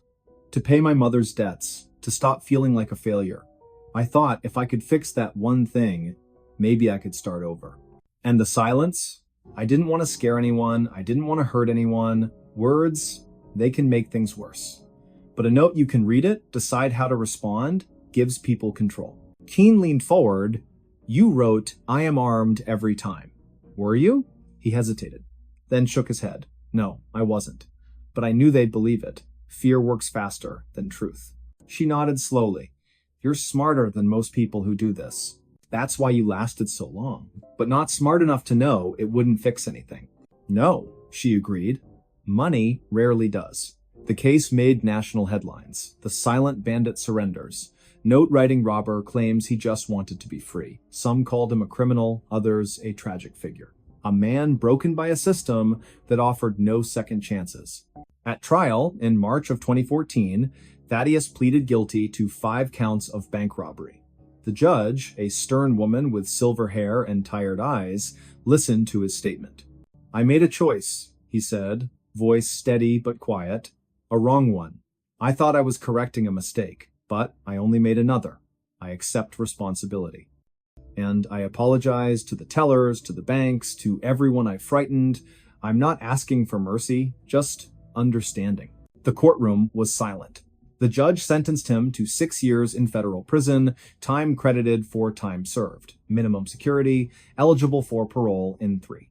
As he was led away, Agent Keene watched from the back row. Later, she visited him at the Federal Correctional Institution in Elkton. "How are you?" she asked. "Better," he said. "I read, I write, I help teach math to other inmates. I'm thinking." "About what?" "Starting over. Legally. Honestly. Maybe becoming a counselor. For people who feel trapped." She smiled faintly. "You'd be good at that." He looked out the window. Snow was falling gently over the yard. "I finally understand," he said. "The note wasn't for the police. It was for me. A way to pretend I wasn't really doing this. To keep my conscience quiet. And now? Now I speak. Even when it hurts." Years passed. Thaddeus was released in the summer of 2017. Found work at a community center in Toledo, tutoring teens in math and science. Slowly rebuilt his life. Paid off the rest of his mother's debts, not with stolen money, but with honest wages. He never robbed another bank. He never needed to. Because sometimes the bravest thing a person can do isn't to take silence as armor, but to break it and speak. 1972 prophecy predicted the end. What happened next is worse. It was the winter of 1972 when a quiet tremor passed through the small town of Black Hollow, nestled deep in the Appalachian foothills of eastern Kentucky. Snow had begun to fall early that December, blanketing the crooked rooftops and winding dirt roads in a hush so thick it seemed to muffle even thought itself. The air carried the scent of pine and wood smoke, and the few residents who braved the cold moved with slow, deliberate steps, boots crunching over frost-laced gravel, breath curling into ghostly wisps beneath flickering porch lights. At the edge of town, near where the old railroad tracks disappeared into the misty woods, stood a crumbling stone chapel, long abandoned, save for the occasional drifter or curious teenager daring each other to go inside after dark. The chapel had once belonged to a short-lived religious sect known as the Covenant of the Final Dawn, a group that sprang up in the late 1960s, led by a man named Thaddeus Vale, whose sermons spoke not of salvation, but of reckoning. He claimed to have received visions during a near-fatal fever in the summer of 1968, visions of fire falling from the sky, of cities sinking into silence, of a great stillness descending upon the earth like a shroud. His followers, no more than 30 at their peak, built the chapel themselves using river stones and salvaged timber, believing it would serve as a sanctuary when the end came. And according to Vale's final prophecy, inscribed in charcoal on the chapel's inner wall just days before he vanished without a trace, the end would arrive precisely at 3:17 in the morning on December 21st, 1972. Before we begin, tell me, where are you listening from and what time is it there? Now, nearly 5 decades later, the date stirs faint echoes in those who remember. Not because the world ended that night, but because something far more unsettling took place instead. Something that didn't make the newspapers, wasn't captured by radio signals, and left behind only whispers buried beneath layers of denial and disbelief. That evening, a handful of townspeople gathered at the general store, run then by Eldon Mirth, a wiry man with sharp eyes and a habit of speaking in riddles. He kept an old wind-up clock above the counter that never quite matched the time on anyone's wristwatch. By 7 o'clock, the store was unusually full. Minnie Galloway, the postmistress, sat knitting by the pot-bellied stove, her fingers trembling slightly as she looped the yarn. Young Corwin Bellwether, barely 16, leaned against the glass case of penny candy, staring out at the snowfall with a look of eerie calm. And in the back corner, nursing a cup of black coffee, sat Lyrael Crane, a woman who'd arrived in Black Hollow only weeks earlier, claiming to be researching local folklore for a university in Ohio. She wore a long wool coat, the color of dried blood, and her voice, when she spoke, was low and measured, like water moving under ice. They weren't there by accident. Each had heard the rumors. Some said Vale had returned. Others whispered that the ground beneath the chapel had begun to hum at night, vibrating like a plucked wire. A few children reported seeing figures standing among the trees' tall, thin shapes, with no faces, just smooth skin where features should be. And then there was the dream. Dozens of people across the county claimed to have had the same one within days of each other. A vast, silent field under a bruised purple sky, where rows of empty chairs stretched endlessly toward a horizon that pulsed like a heartbeat. In the dream, someone or something was waiting for them, but no one could remember who. At 9:42 p.m., the power went out. Not just in Black Hollow. Every home, every streetlight, every radio tower within a 30-mile radius lost electricity simultaneously. The darkness was absolute. No stars pierced the clouds. No moon cast its glow. Even the snow seemed to absorb light rather than reflect it. Inside the store, Eldon lit a kerosene lamp, its flame casting long, wavering shadows across the walls. No one spoke. Outside, the wind died. The snow stopped falling mid-air, suspended in glittering crystals that hung motionless between earth and sky. Then, at exactly 2:58 a.m., the clock above the counter began to chime. This was impossible. It was a wind-up clock. It hadn't worked properly in years, and yet it rang 12 times, each tone deep and resonant like a bell tolling underwater. When it finished, Lyrael stood slowly, her chair scraping against the wooden floor. "It's starting," she said. Her voice did not waver. He wasn't wrong. he just misunderstood. No one moved. Corwin's hands clenched around the edge of the candy case. Minnie dropped her knitting, the needles clattering to the floor. Eldon stared at the clock, his face pale, lips parted as if trying to form words that wouldn't come. At 3:17 a.m., the exact moment prophesied, something shifted. It wasn't an explosion, not an earthquake, not even a sound at first. It was a sensation, as if the air itself had grown thinner, as if reality had exhaled and forgotten to inhale again. The suspended snowflakes began to fall once more, but slowly, too slowly, like sand through an hourglass turned sideways. Then, from the direction of the chapel, a single note rose a tone so pure and high it made the teeth ache. It lasted only seconds before fading into silence. And then, the lights returned.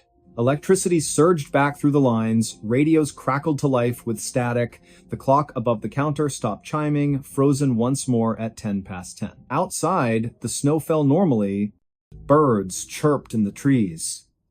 The world seemed unchanged. But it wasn't. Over the next few days, things began to unravel, not all at once, but in quiet, insidious ways. People reported missing hours. Corwin swore he'd walked to the chapel that night, though his boots were dry and untouched by snow. Minnie found letters in her mailbox addressed to people who had died years ago, written in handwriting she recognized but couldn't place. Eldon discovered that his wind-up clock now ran backward, its hands creeping counterclockwise with unnerving precision. And Lirael? She disappeared the next morning, leaving behind only a notebook filled with symbols and dates. Dates that stretched far beyond 1972, looping forward into the 21st century and beyond. One page bore a single sentence written in careful script.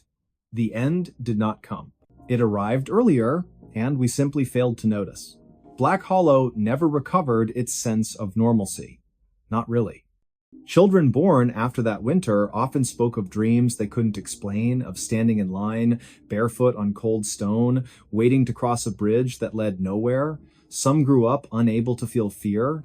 Others could not cry. A few claimed they remembered lives they'd never lived, names they'd never been given, cities that didn't exist on any map.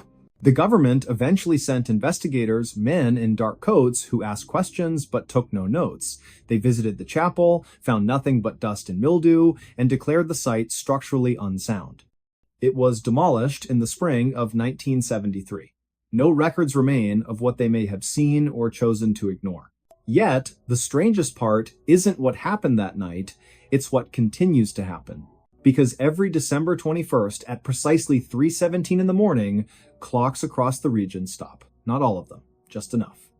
And in homes near the old rail line, people wake suddenly, hearts pounding, convinced someone has just whispered their name, the air grows thick, breathing becomes difficult, and for exactly 13 seconds, the world feels hollow, as if something vital has been removed, replaced by a perfect, echoing absence. Scientists have offered theories, geomagnetic anomalies, infrasound waves, mass hallucination triggered by seasonal affective disorder, but none can explain why dogs refuse to bark during those seconds. Why newborns delivered at that exact time never cry. Why, in rare cases, individuals report seeing a figure standing at the foot of their bed, tall, gaunt, wearing a long coat, holding a notebook open in one hand, writing steadily with the other. And perhaps most chilling of all, why some who experience it claim to recognize the figure. Not from photographs, not from stories, but from dreams. From memories that don't belong to them. In the years since, scattered accounts have surfaced, letters tucked into library books, audio recordings uploaded to obscure corners of the internet, diary entries found in attics after the owners have passed. All speak of the same phenomenon, all mention the date. All describe that 13th second, the pause in existence, the breath held too long, the sense that something ancient and patient is watching, waiting, counting. One such account came from a retired schoolteacher in rural Indiana, writing in 2015. I was only 6 when it happened, but I remember the silence. My mother used to say, the world stopped spinning for a moment. I didn't believe her until I felt it again last year. It's getting longer. Not much, maybe half a second more than before, but it's growing. And I hear them now, faintly, like voices through a wall. They're calling names, not ours, names from before. Another, a geologist working in New Mexico, recorded a series of seismic readings taken on December 21st, 2019. His instruments detected no earthquake, no tremor, just a single, isolated pulse of energy emanating from somewhere deep beneath the Appalachian Range. The waveform resembled nothing natural. It looked, he wrote, like a heartbeat, but one that shouldn't exist. And then there's the recording, widely dismissed as a hoax, that surfaced on a now-deleted podcast in 2022. It begins with ambient noise, wind, distant traffic, the rustle of fabric. Then, at exactly 3:17 a.m., everything cuts out. For 13 seconds, there is only silence. And then, just as abruptly, a voice, soft, genderless, speaking in perfect English with no discernible accent, says, "We are sorry, it must be this way. You were never meant to wake up." The recording ends there. To this day, no one knows who made it or why. But here's what no one wants to admit. The prophecy wasn't wrong. It was precise. The end did come on December 21st, 1972 at 3:17 in the morning. But it wasn't the end of the world. It was the end of reality, at least, the reality we believed we inhabited. What followed wasn't destruction. It was replacement, a subtle, seamless overwrite. Like changing film in a projector while the audience watches, unaware the image has shifted. Those who felt it, the ones who woke in terror, who sensed the absence, who saw the figure in the coat, they're the ones who almost broke through. And the ones who remember fragments, who carry the weight of knowing something is deeply off, they're not crazy, they're the survivors of a transition no one else acknowledges. And the worst part? It's still happening. Every year, the pause grows. Not enough for most to notice. But for those sensitive to the shift, the ones who've always felt out of step with the world, who dream in colors that don't exist, who hear music when no one is playing, it's becoming harder to ignore. Time doesn't flow the way it used to. Memories blur at the edges. Faces in photographs seem subtly wrong. Loved ones sometimes speak with slight delays, as if echoing from a room just out of reach. And in the deepest hollows of Appalachia, where the trees grow too close together and the fog never quite lifts, locals still avoid the old rail path after midnight. Hunters refuse to camp near the ruins of the stone chapel. And on cold December nights, when the wind howls just right, some swear they can hear faint chanting words in no known language, rising from beneath the earth. They say Thaddeus Vale didn't vanish, he was taken, not killed, not imprisoned, but promoted, given a role in whatever lies beyond the veil. And the notebook Lirael left behind? It wasn't a record of the future, it was a ledger, a list of names, of souls who resisted the change, of those who might, one day, need to be corrected. So when you hear your clock tick strangely tonight, when your dog whimpers at nothing, when you wake suddenly, certain someone called your name, but no one's there, ask yourself, did the world survive 1972? Or did it merely continue pretending? The preacher's doomsday calendar was wrong except for one date. In the quiet town of Harlan, nestled deep within the Appalachian foothills of eastern Kentucky, a man named Thaddeus Vale once stood atop a rusted grain silo on the edge of an abandoned farm, his arms outstretched beneath a bruised twilight sky. It was the autumn of 1998, and the air carried the scent of damp earth and burning leaves, crisp with the promise of change, or so he claimed. Clad in a long charcoal-colored coat that fluttered like crow's wings in the wind, Thaddeus held aloft a leather-bound journal, its pages filled with intricate diagrams, celestial alignments, and what he called the true calendar of divine reckoning. He wasn't a pastor in any official denomination, nor did he preach from a pulpit, but people came all the same, drawn by whispers, by fear, by a hunger for certainty in uncertain times. He spoke not in sermons, but in riddles wrapped in prophecy, warning that the world would end in stages, each date marked by fire, flood, or silence. The first, he said, would come on the 3rd day of April, 2001, a great falling from the sky, a judgment upon the proud towers of men. Then, on the 9th day of July, 2003, rivers would run black and the stars would blink out for 7 hours. By the winter solstice of 2005, he declared, every mirror in the world would crack at exactly 3:17 in the morning, Eastern Standard Time. His followers, numbering nearly 400 at their peak, sold homes, quit jobs, and gathered in communal shelters built from scrap wood and salvaged metal, waiting, but none of it happened. April passed without incident. July brought only heat and thunderstorms. On that winter morning in 2005, people woke to find their mirrors intact, their coffee still warm, the world stubbornly ordinary. Disillusionment spread like frost across a window pane. Families left, supplies dwindled, the shelters fell into disrepair, overtaken by kudzu and foxes. Thaddeus himself vanished shortly after, last seen boarding a Greyhound bus bound for Memphis, his journal tucked beneath his arm, his eyes hollow with something between regret and defiance. Before we begin, tell me, where are you listening from and what time is it there? Now, fast forward to the spring of 2023. A young archivist named Elowyn Price, originally from Asheville, North Carolina, though raised mostly in rural Ohio, was sorting through a donation box at the Ossuary Archive in Lexington, a little-known repository for forgotten religious texts and apocalyptic ephemera. Among crumbling pamphlets and hand-drawn star charts, she found it. Thaddeus Vale's journal, its spine cracked, its pages brittle as dried petals. At first, she paid it little mind, just another relic of millennial panic, another voice lost to time, but then, late one rainy Tuesday night, she flipped to the final page. There, in faded ink, was a single line written in a trembling hand. And when all else has failed, look to the 7th hour of the 13th day of October, 2023. That one I saw clearly. Elowyn paused. She checked the date on her phone. October 13th, 2023, exactly 1 week away. She told no one at first. Not her supervisor, Dr. Calix Renner, a stern man with wire-rimmed glasses who believed fervently in cataloging, not interpreting. Not even her roommate, a folk musician named Jory, who played a battered upright bass and claimed to speak in dreams with dead jazz trumpeters. But she couldn't let it go. There was something about the phrasing, the specificity, the weight of it. It didn't sound like the rambling of a madman. It sounded like a confession. So she began to dig.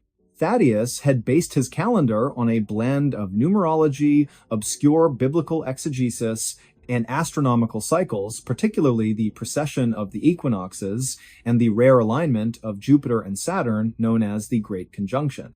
Most of his calculations were flawed, built on misreadings of ancient texts and self-invented ciphers. But this final date, October 13th, 2023, coincided with nothing major in the astronomical record. No eclipse, no meteor shower, no planetary alignment of significance. And yet Elowyn noticed something strange. On that exact day, at precisely 7 o'clock in the evening Eastern Daylight Time, the moon would be at perigee, the closest point to Earth in its orbit, and positioned directly over the central United States. At that moment, the sun would have just set in Harlan, Kentucky. Coincidence? Perhaps. But then she found a second clue.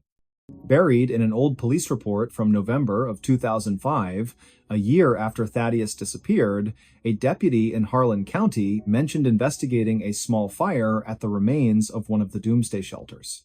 Inside, scorched but legible, was a chalkboard with the same date, October 13th, 2023. Beneath it, someone had written, "It isn't destruction, it's remembrance." Elowyn's breath caught. She booked a train to Harlan. The journey took nearly 10 hours, winding through the Blue Ridge Mountains, past coal towns with sagging porches, and churches painted white with peeling trim. When she arrived, the air was thick with the smell of pine and distant rain. Autumn had already begun to paint the hills in amber and rust. She checked into a modest inn called the Hollow Pines Motel, room number 6, where the heater rattled and the curtains smelled faintly of mildew. That evening, she drove out to the old shelter site, guided by GPS and a hand-drawn map she'd copied from the journal. The structure was gone, only a concrete slab remained, half swallowed by ivy and wild blackberry vines. But as she stepped onto it, something shifted in the air. A stillness. A hush, as if the forest itself were holding its breath. She pulled out her phone, opened the voice recorder, and whispered, "It's October 12th. Tomorrow at 7 p.m., I'll be back." She returned at 6:45 the next evening. The sky was overcast, pale gray, streaked with violet at the edges. A cool wind moved through the trees, making the leaves shiver like hands in prayer. She sat on the edge of the slab, her jacket pulled tight, watching the minutes tick by on her watch. 6:52. 6:55. 6:58. At 6:59, the wind stopped. Not gradually, not fading. It ceased as if cut by a blade. Silence pressed down, thick and unnatural. No birds, no crickets. Even the distant hum of a highway seemed to vanish. Her pulse quickened. She glanced around, half expecting shadows to move on their own. Then, at exactly 7 p.m., a single tone echoed through the valley, low, resonant, like a bell struck deep underground. It lasted only 3 seconds, then faded, and just as quickly, the wind returned, rustling the branches, breaking the stillness. Elowen stood frozen, her skin prickled. She reached into her bag and pulled out a portable spectrum analyzer she'd borrowed from a physics professor friend, something meant to detect electromagnetic anomalies. To her astonishment, it had recorded a brief spike in low-frequency waves at exactly 7 o'clock frequency, matching no known natural source, and lasting precisely 2.8 seconds. She stared at the screen, heart pounding. Was it man-made, a military test, a geological event, or was it impossibly something else? She spent the next 6 months chasing answers. She interviewed elderly locals who remembered Thaddeus Vale, some with reverence, others with scorn. One woman, Mavis Cray, who had been 16 when the shelters were built, recalled seeing Thaddeus standing alone at midnight on New Year's Eve, 2000, staring at the stars and weeping. He kept saying, "I got most of it wrong, but one day I saw it clear." Another man, a retired geologist named Silas Tovey, confirmed that the region sat atop a network of ancient quartz veins, minerals known to amplify electromagnetic signals under certain conditions. Could Thaddeus have known? Had he discovered something by accident, by vision, by madness that science had yet to explain? Elowen published her findings in a small academic journal, careful not to claim proof, only possibility. She titled it Anomalous Temporal Events and the Psychology of Prophetic Failure. It garnered little attention except from one person. A letter arrived at the archive 6 weeks later, postmarked from Boise, Idaho. No return address. Inside, a single sheet of paper, typewritten, "You were there. I saw you on the slab. You heard it too.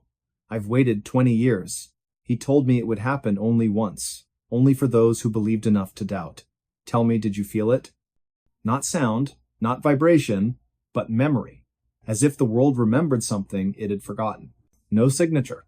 Just that. Elowen never replied. But sometimes, late at night, when the house is quiet and the streetlights flicker outside her window in Columbus, where she now lives, she opens the journal again. She runs her fingers over that final line. That one, I saw clearly. And she wonders, was it a hoax? A delusion? Or did Thaddeus Vale, in all his flawed brilliance, truly glimpse one moment not of destruction, but of resonance? A single date when time bent just enough for something to slip through? Not the end of the world, but a whisper from it. Think about that. What if the apocalypse isn't fire and ruin? What if it's a moment so quiet, so precise, that only the ones who are truly listening will ever know it happened? And what if it already did?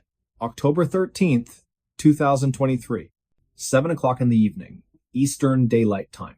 In a field in Kentucky, beneath a motionless sky, a tone rang out, brief, unexplained, undeniable. And somewhere, perhaps, Thaddeus Vale smiled. Because even prophets get things wrong. But sometimes, just once, they're right. And when they are, the world doesn't end. It simply pauses and listens. The robber who never touched the floor and never got caught. In the winter of 1987, when snow fell like whispers over the city of Pittsburgh and street lamps flickered beneath a sky heavy with clouds, a man named Thaddeus Vale moved through the shadows with a silence so complete it defied belief. He wasn't tall, nor was he broad, just 5'9", wiry with fingers long enough to dance across piano keys or slip between window frames without a sound. His eyes, a pale gray like thawing ice, missed nothing. And though he stole from banks, jewelry stores, and even the homes of the wealthy in Shadyside and Fox Chapel, no one ever saw him run, no one ever heard his footsteps, and not a single footprint was ever found leading away from the scene. Before we begin, tell me, where are you listening from, and what time is it there? It started on a night thick with fog, the kind that clung to coat collars and muffled the distant wail of trains along the Monongahela River. The date was December 18th, just 3 days before Christmas. The First National Trust on Fifth Avenue had closed at 5, its vault sealed, alarms armed, security guards patrolling in pairs.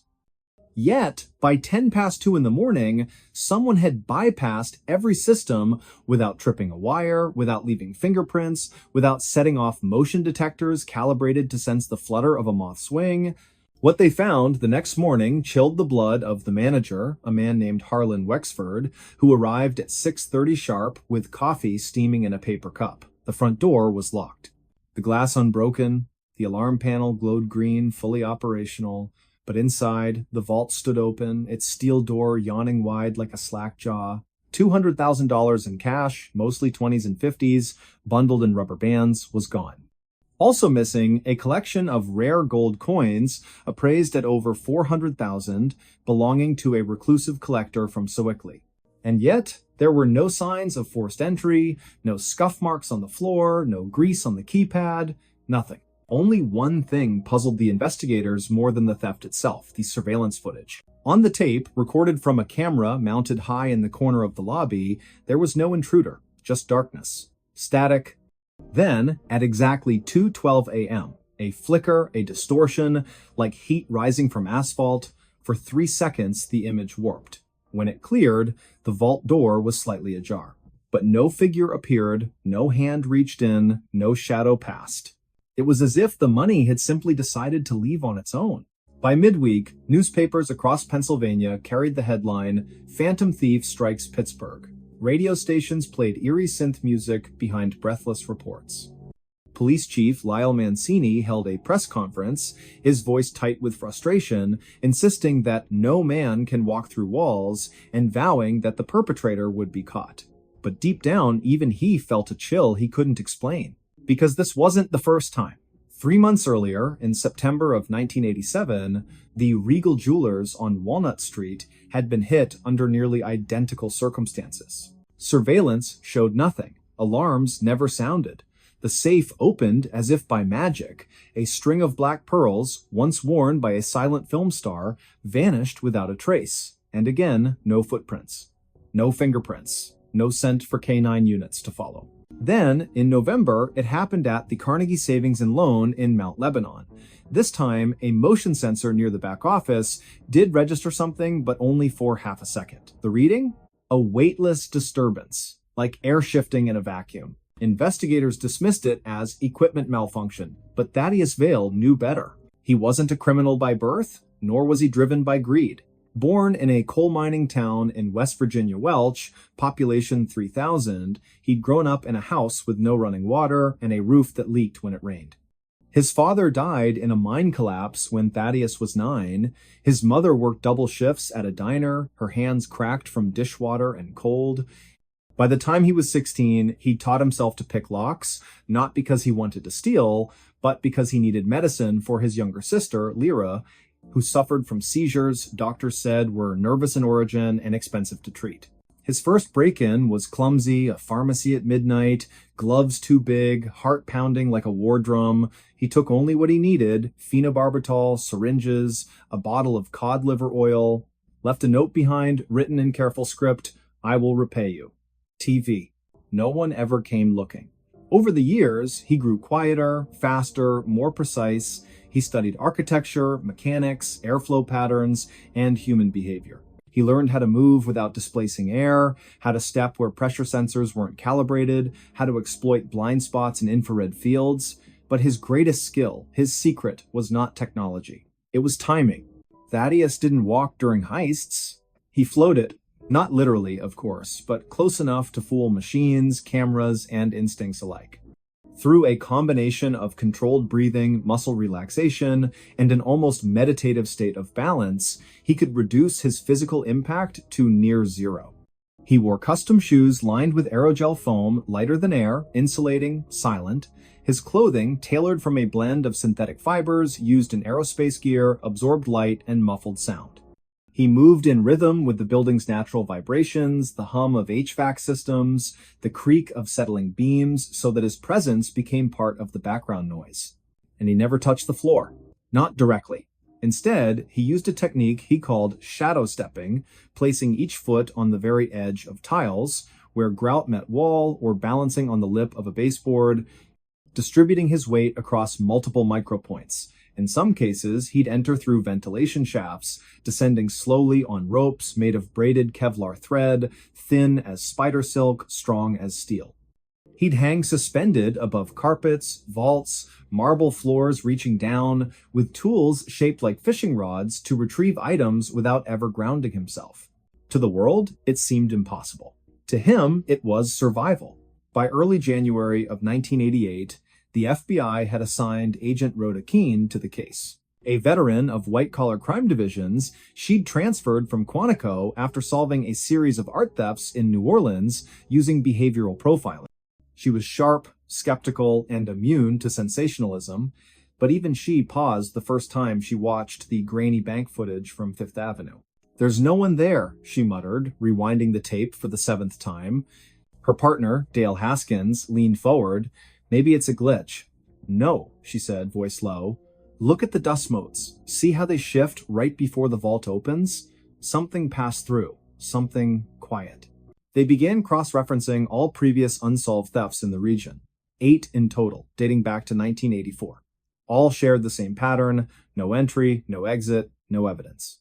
And in 6 of them, weather reports mentioned unusually dense fog on the night of the crime. Coincidence?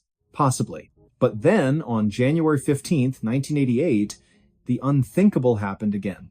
This time, it was the home of Arthur Pembroke, a retired steel magnate living in a gated estate in Sewickley Heights. The mansion had 20 rooms, a private gallery, and a security system designed by a former CIA contractor. Motion sensors, laser grids, thermal imaging, everything. At 1:43 in the morning, the system registered a temperature fluctuation in the east wing. Not enough to trigger an alert, just a brief dip like a breath against glass. When Pembroke's housekeeper arrived at 7, she found the display case in the study shattered, not broken outward, but inward, as if crushed from within. Missing, a platinum pocket watch engraved with the coordinates of the Titanic's final resting place, and a letter signed by Thomas Edison promising collaboration on a wireless illumination device. Again, no prints, no alarms, no sign of struggle, but this time there was something new. On the marble floor, just beneath the shattered glass, lay a single playing card. The Queen of Spades, flipped face up. Agent Keene stared at it in the evidence photo, her pulse quickening. "He's communicating," she whispered. Haskins frowned. "With whom?" "With us," she said. "Or maybe with someone else." She ordered a full forensic sweep of all prior crime scenes, anything left behind, no matter how insignificant.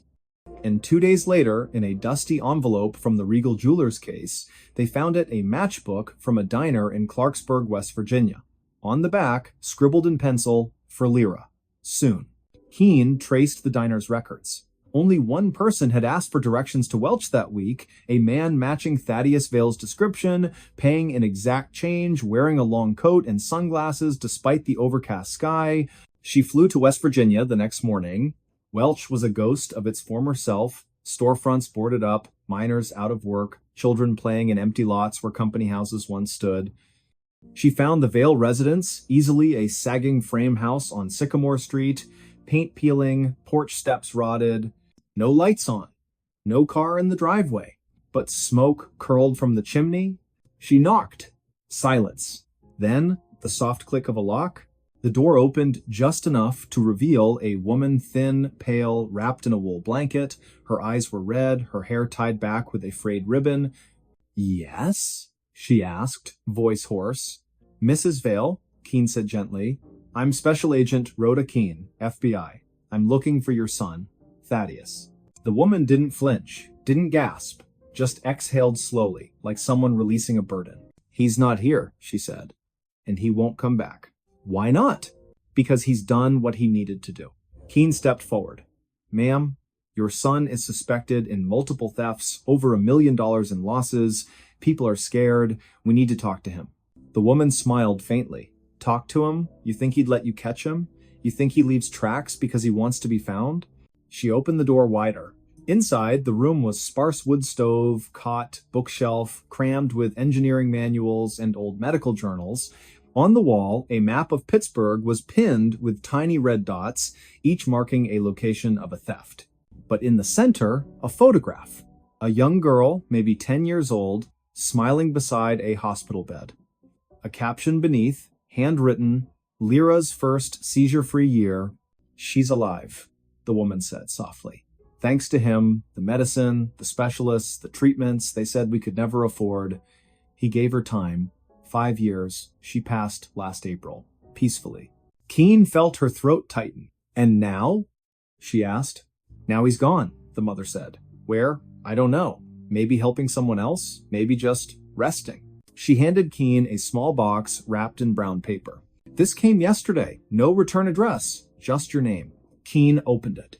Inside, the Edison letter, the Titanic watch, and a note on thin stationery. Return these. They were borrowed. T.V. No arrest warrant was ever served. No trial convened. The FBI closed the case in March of 1988, citing insufficient evidence and lack of identifiable suspect. The media moved on. The public forgot. But in quiet corners among locksmiths, security consultants, and urban legends whispered in police academies, Thaddeus Vale became myth. They say he still moves. On nights when fog rolls in from the rivers, when the wind carries the scent of coal and frost, some claim to see a figure drifting past windows, never casting a shadow, never making a sound. They say he doesn't steal anymore. They say he helps. A wallet returned to a college student who lost it on the T. A stack of bills slipped under the door of a family facing eviction. A prescription filled anonymously at a pharmacy in McKeesport. And sometimes, if you look closely at the snow-covered ground after such events, you'll notice something strange. No footprints. Just the faint impression of edges like someone walked on the very border of the world, never quite landing, never touching, never caught, and perhaps never meant to be. Divers opened the hatch. The crew was gone, the clocks still ticking. The cold Atlantic wind howled across the surface of the water, slicing through the pre-dawn darkness like a blade.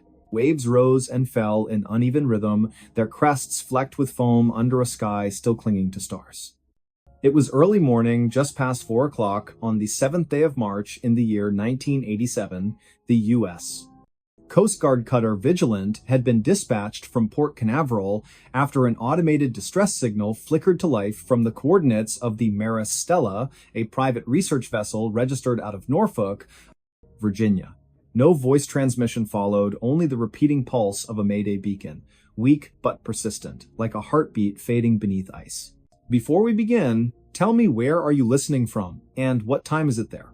By the time the boarding team reached the hull of the Stella, the sea had grown restless. Lieutenant Thaddeus Vale, a seasoned maritime investigator with the Coast Guard Search and Rescue Division, stood at the edge of the deck, gripping the rail as the swell lifted the cutter sideways.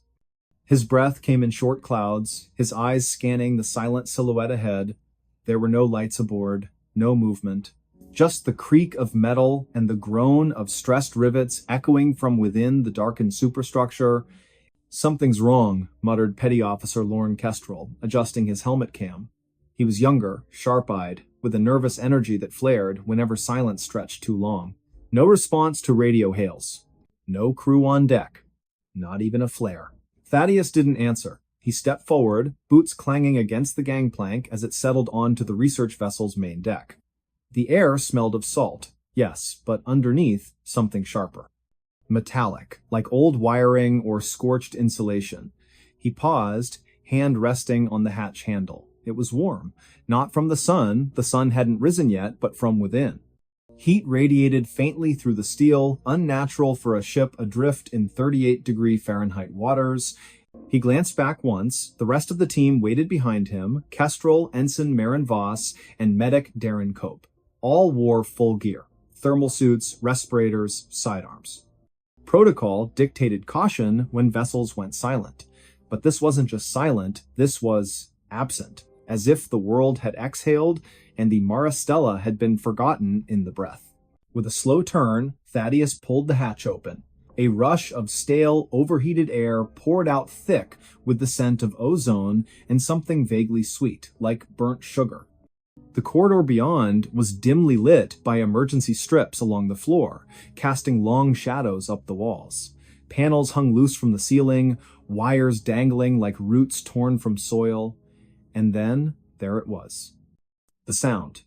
Faint, rhythmic, almost musical. Clocks. Dozens of them. Hundreds. Mounted on bulkheads, bolted to consoles, taped to lockers, analog dials spinning, second hands ticking in erratic unison. Some moved forward, others backward. A few stuttered, frozen between seconds.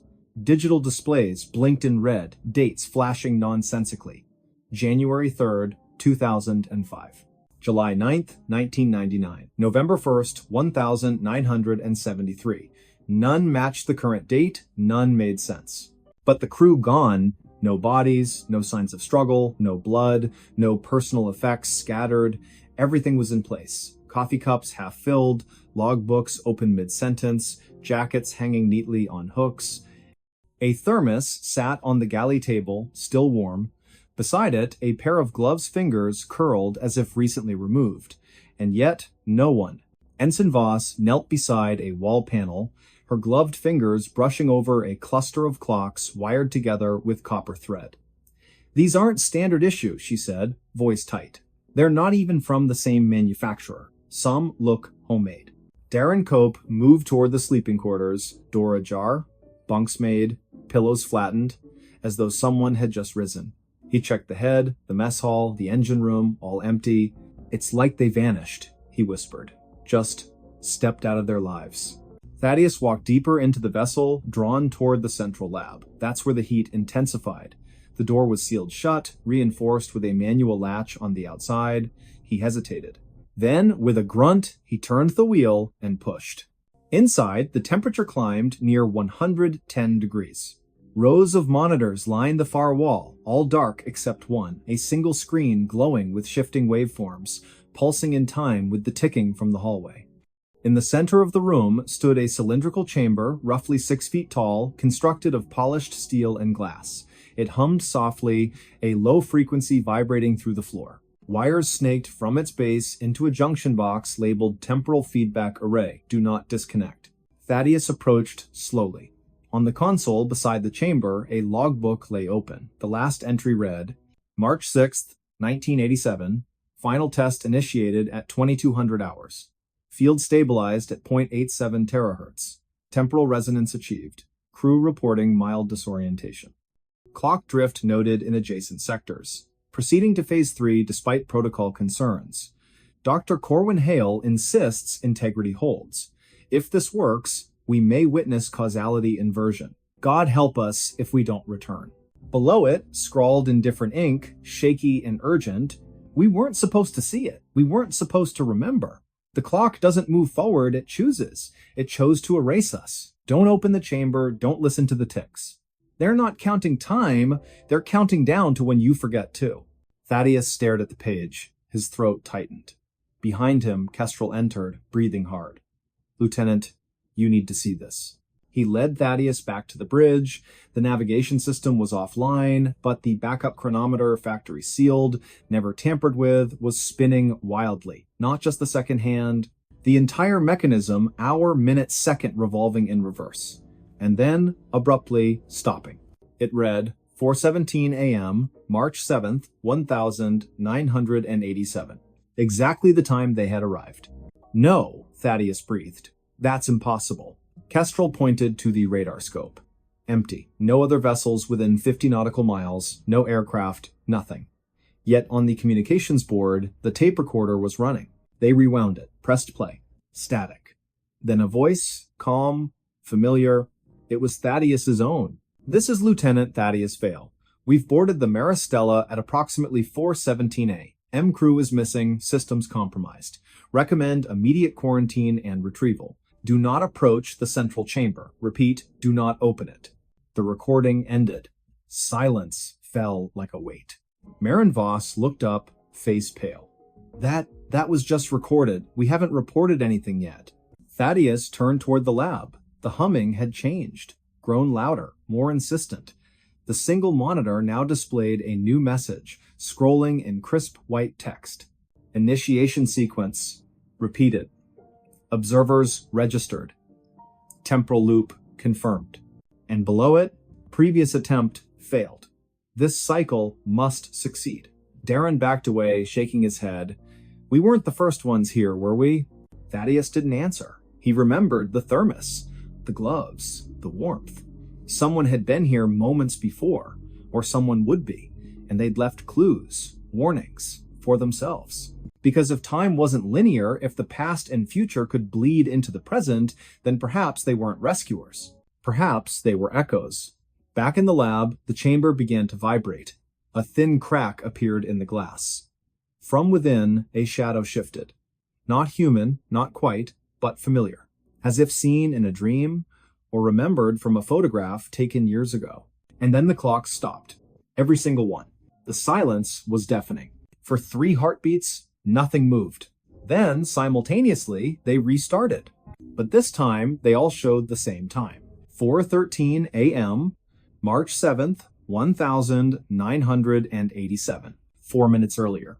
Thaddeus felt it then, a pressure behind his eyes, a tingling in his fingertips.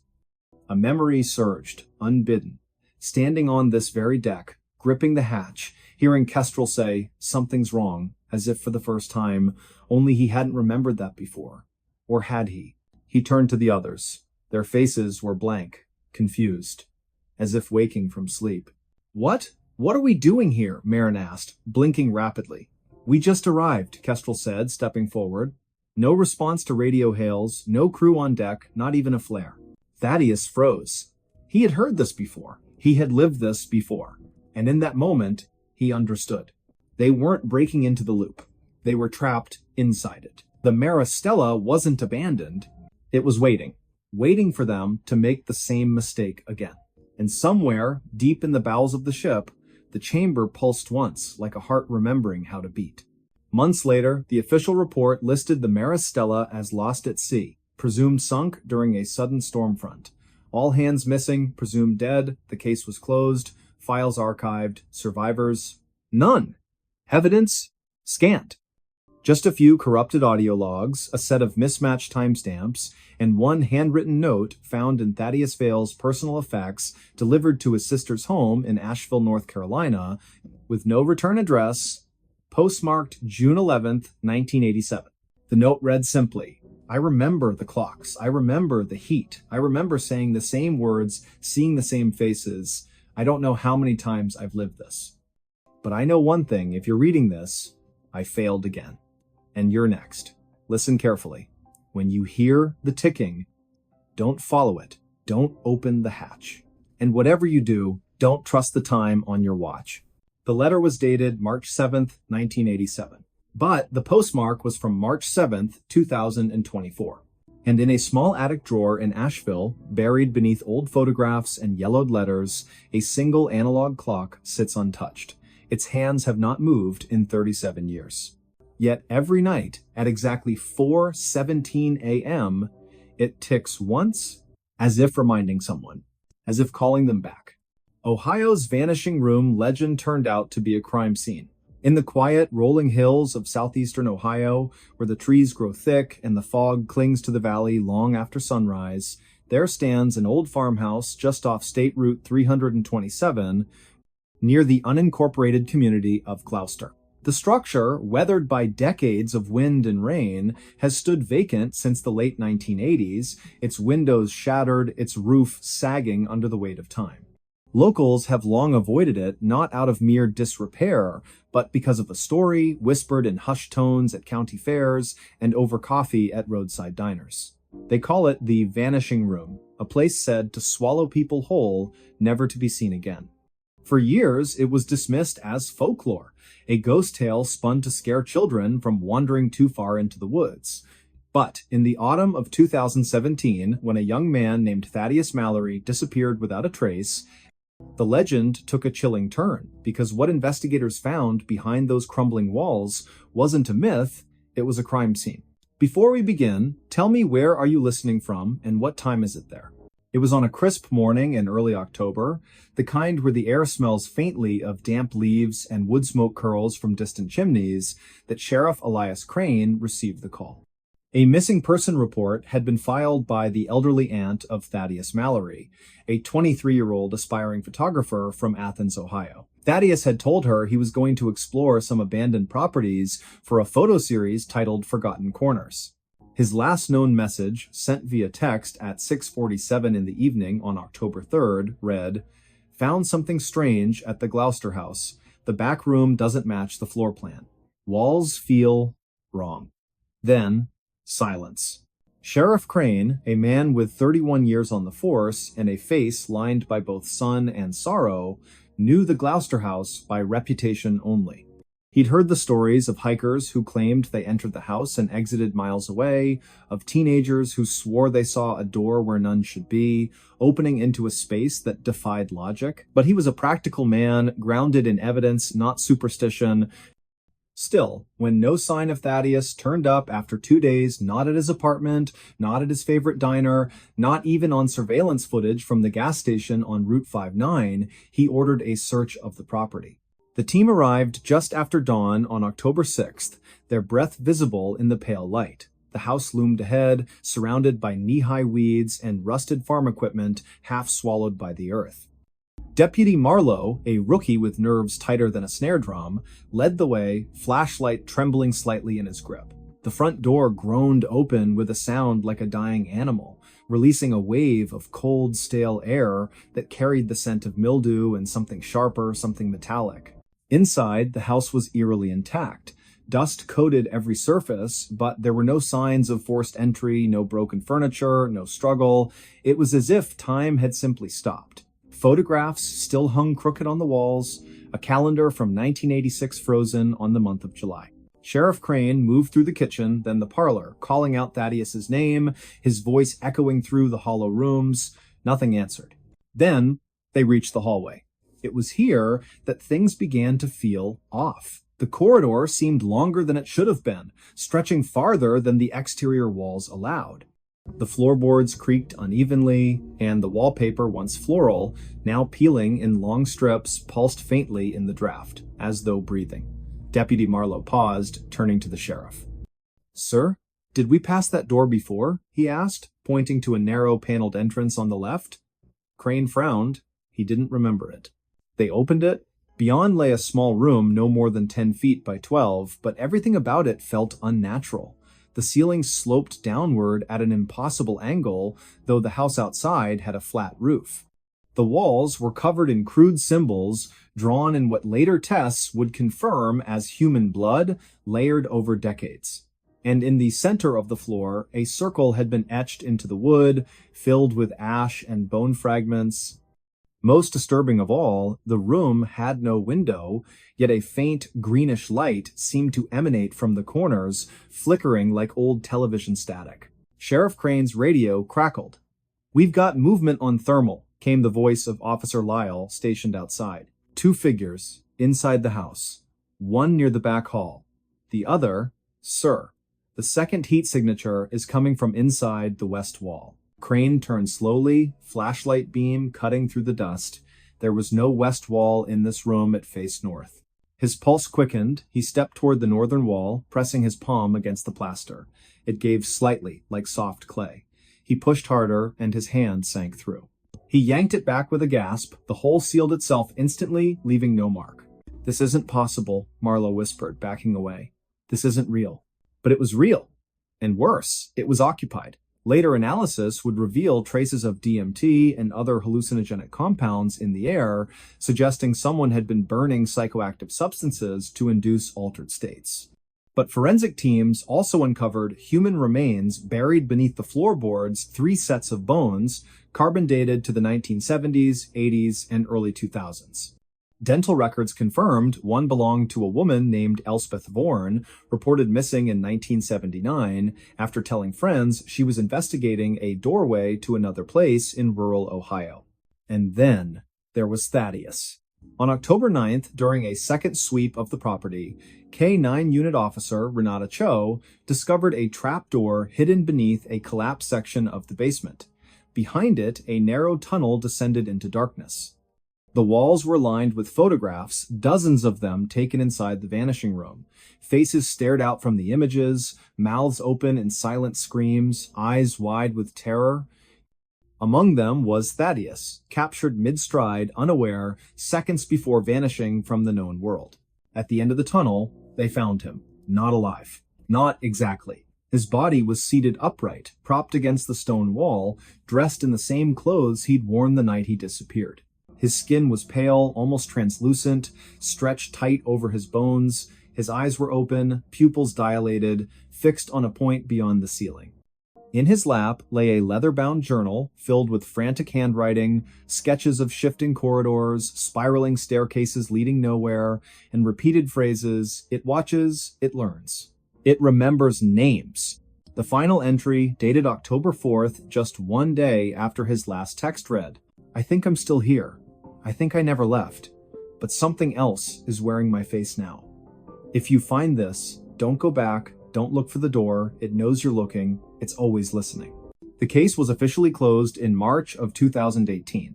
Authorities cited homicide, though no suspect was ever identified. The house was condemned and scheduled for demolition, but crews refused to touch it. Dynamite placed at the foundation failed to detonate. Bulldozers stalled mid-approach, engines dead despite full tanks. Eventually, the state erected a chain-link fence around the property, topped with barbed wire, and posted warning signs, "No trespassing, hazardous structure." Yet, even now, nearly 7 years later, locals report seeing lights in the windows on foggy nights. Hunters claim to hear whispers drifting through the trees, voices calling names of people who've never been to Gloucester. And sometimes, on the edge of sleep, residents swear they feel a pressure behind their eyes, a sensation of being pulled not forward, but sideways, into a space that shouldn't exist. The vanishing room, it seems, is not done, and perhaps it never will be. Because legends don't die in places like Ohio. They wait, they breathe, they grow hungry. And they remember. Thaddeus Mallory was not the first. He certainly won't be the last. So the next time you drive down a lonely road, past a house that looks just a little too still, a little too quiet, ask yourself, does the layout make sense? Do the doors line up? And when you pass by, do you feel, just for a second, as though the air has thickened and something on the other side of the wall has noticed you? Be careful. Some rooms don't let go. Some doors only open one way. And some houses, like the one near Gloucester, standing sentinel in the mist, don't just hold secrets, they feed on them. The investigation remained open for months, though leads dried up faster than puddles in summer heat. Psychologists analyzed Thaddeus's journal, concluding he likely suffered a psychotic break induced by toxins or isolation. Skeptics pointed to mold, carbon monoxide, or underground gas leaks as explanations for the hallucinations, but none could explain the photos. None could explain how his body appeared untouched by decay, preserved in a state that defied medical understanding. And no scientist could replicate the phenomenon of the shifting walls, the impossible geometry, the way the room seemed to exist outside normal dimensions. Dr. Corvin Hexton, a parapsychologist from Case Western Reserve University, visited the site in May of 2018. He brought with him electromagnetic field detectors, infrared cameras, and a team of graduate students. They spent 3 days collecting data. On the evening of the third day, Hexton entered the vanishing room alone, determined to meditate and record any anomalies. He never came out. Search parties combed the area for weeks. His equipment was found scattered near the basement entrance, cameras smashed, notebooks burned, audio recorders filled with static, and, at one point, a whisper in Hexton's voice, "It showed me the others." They're still walking. They don't know they're dead. After that, the state declared the property off-limits indefinitely. The fence was reinforced, motion sensors installed, helicopter flyovers increased. But still, the stories persist. In 2022, a drone operated by a storm chaser caught footage of the house during a thunderstorm. In one frame, clear, undeniable, the back door opens. A figure steps out. Tall, thin, wearing a coat that flaps in a wind no one else feels. The face is blurred, distorted, as if reality itself refuses to focus on it, and in its hand it holds a camera. Thaddeus's camera. The video went viral, then vanished from the internet within hours, pulled by unknown authorities. The storm chaser claimed he received a visit from men in dark suits who said nothing, only handed him a sealed envelope and left. Inside was a single photograph, his own face, taken from inside his bedroom sometime during the night. No one believes him, but those who've studied the vanishing room know the truth. It doesn't just take people, it replaces them, and the ones who come back aren't really back at all. They're echoes with instructions. Now consider this. When you walk through your home, do you count the doors? Do you notice if the hallway feels longer today than it did yesterday? Have you ever stood in a room and thought, just for a moment, that the walls leaned in slightly, as if listening? Because somewhere, deep in the heart of Ohio, a room waits. A room with no right to exist. A room that remembers every footstep, every breath, every name spoken within its walls. And if you listen closely, on the very edge of silence, you might hear it. Not a creak, not the wind, but a whisper, calling yours.